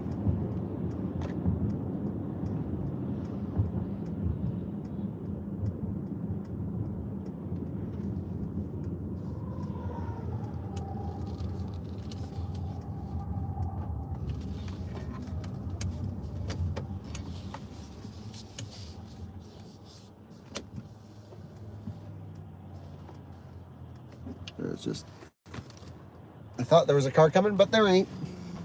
So one of the weird things about being so close to the highway is you start thinking like they're coming towards you, but they're not. So anyway, one more car here and then we can go. Oh, you guys need to see this Super Duty pulling this crazy horse trailer. There it goes right by. That's a sick setup.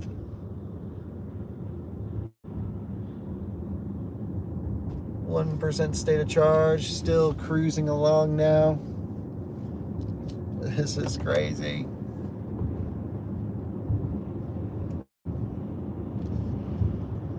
Well, we're at 1% state of charge. Turtle mode hasn't kicked on yet, so we're heading back the other way. We are here to eke everything out of this car. That is our job, and that is what we will do today. If we run out, it's not the end of the world. We can always pull the car to the shoulder, deal with it.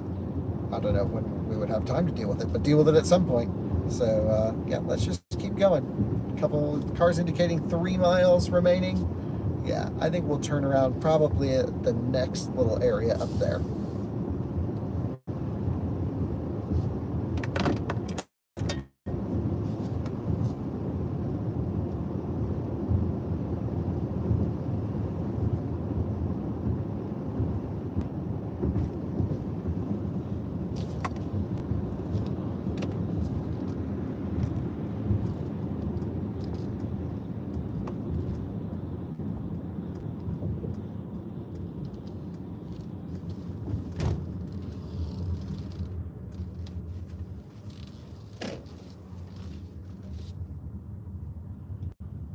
Love this turning radius. This is so great.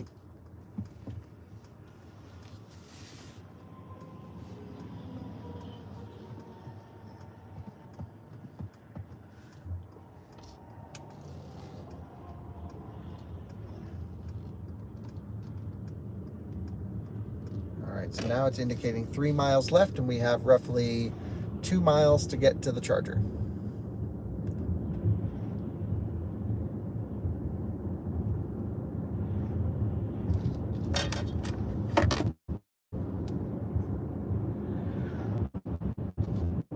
We have 2 miles of indicated range remaining right now. Reduced drive, there's the turtle mode. Great, so that means we're pretty much on the edge. And it's 1.2 miles left to the charging station. So let's just hold it nicely here at 55 miles an hour or so. And we'll cruise on over to the come and go, and we'll log the time, the distance. I forgot, Mercedes won't let us see the distance until we get some charge on this thing, because it blocks this our trip indication. So we'll have to wait until after we plug in to see how far it went officially. We are now at 0% state of charge. Oh, it just went to 1, 0 to 1. Okay, are we gonna make it there? We're back at 0%. Drive power reduced. Charge high voltage battery. It's still doing lane centering and adaptive cruise. I'm just trying to keep as much speed up through here as possible so we don't run out. But I think it's pretty much out, would be my guess. So let's pull into the come and go and get it hooked up to the charger. These are always the funniest. Recently when he was doing a range test, so I don't want to pull a Ryan. I've run out before too. Okay, McDonald's, and then come and go. We're gonna come in with a little bit of speed so it doesn't just stall on us. Coming through.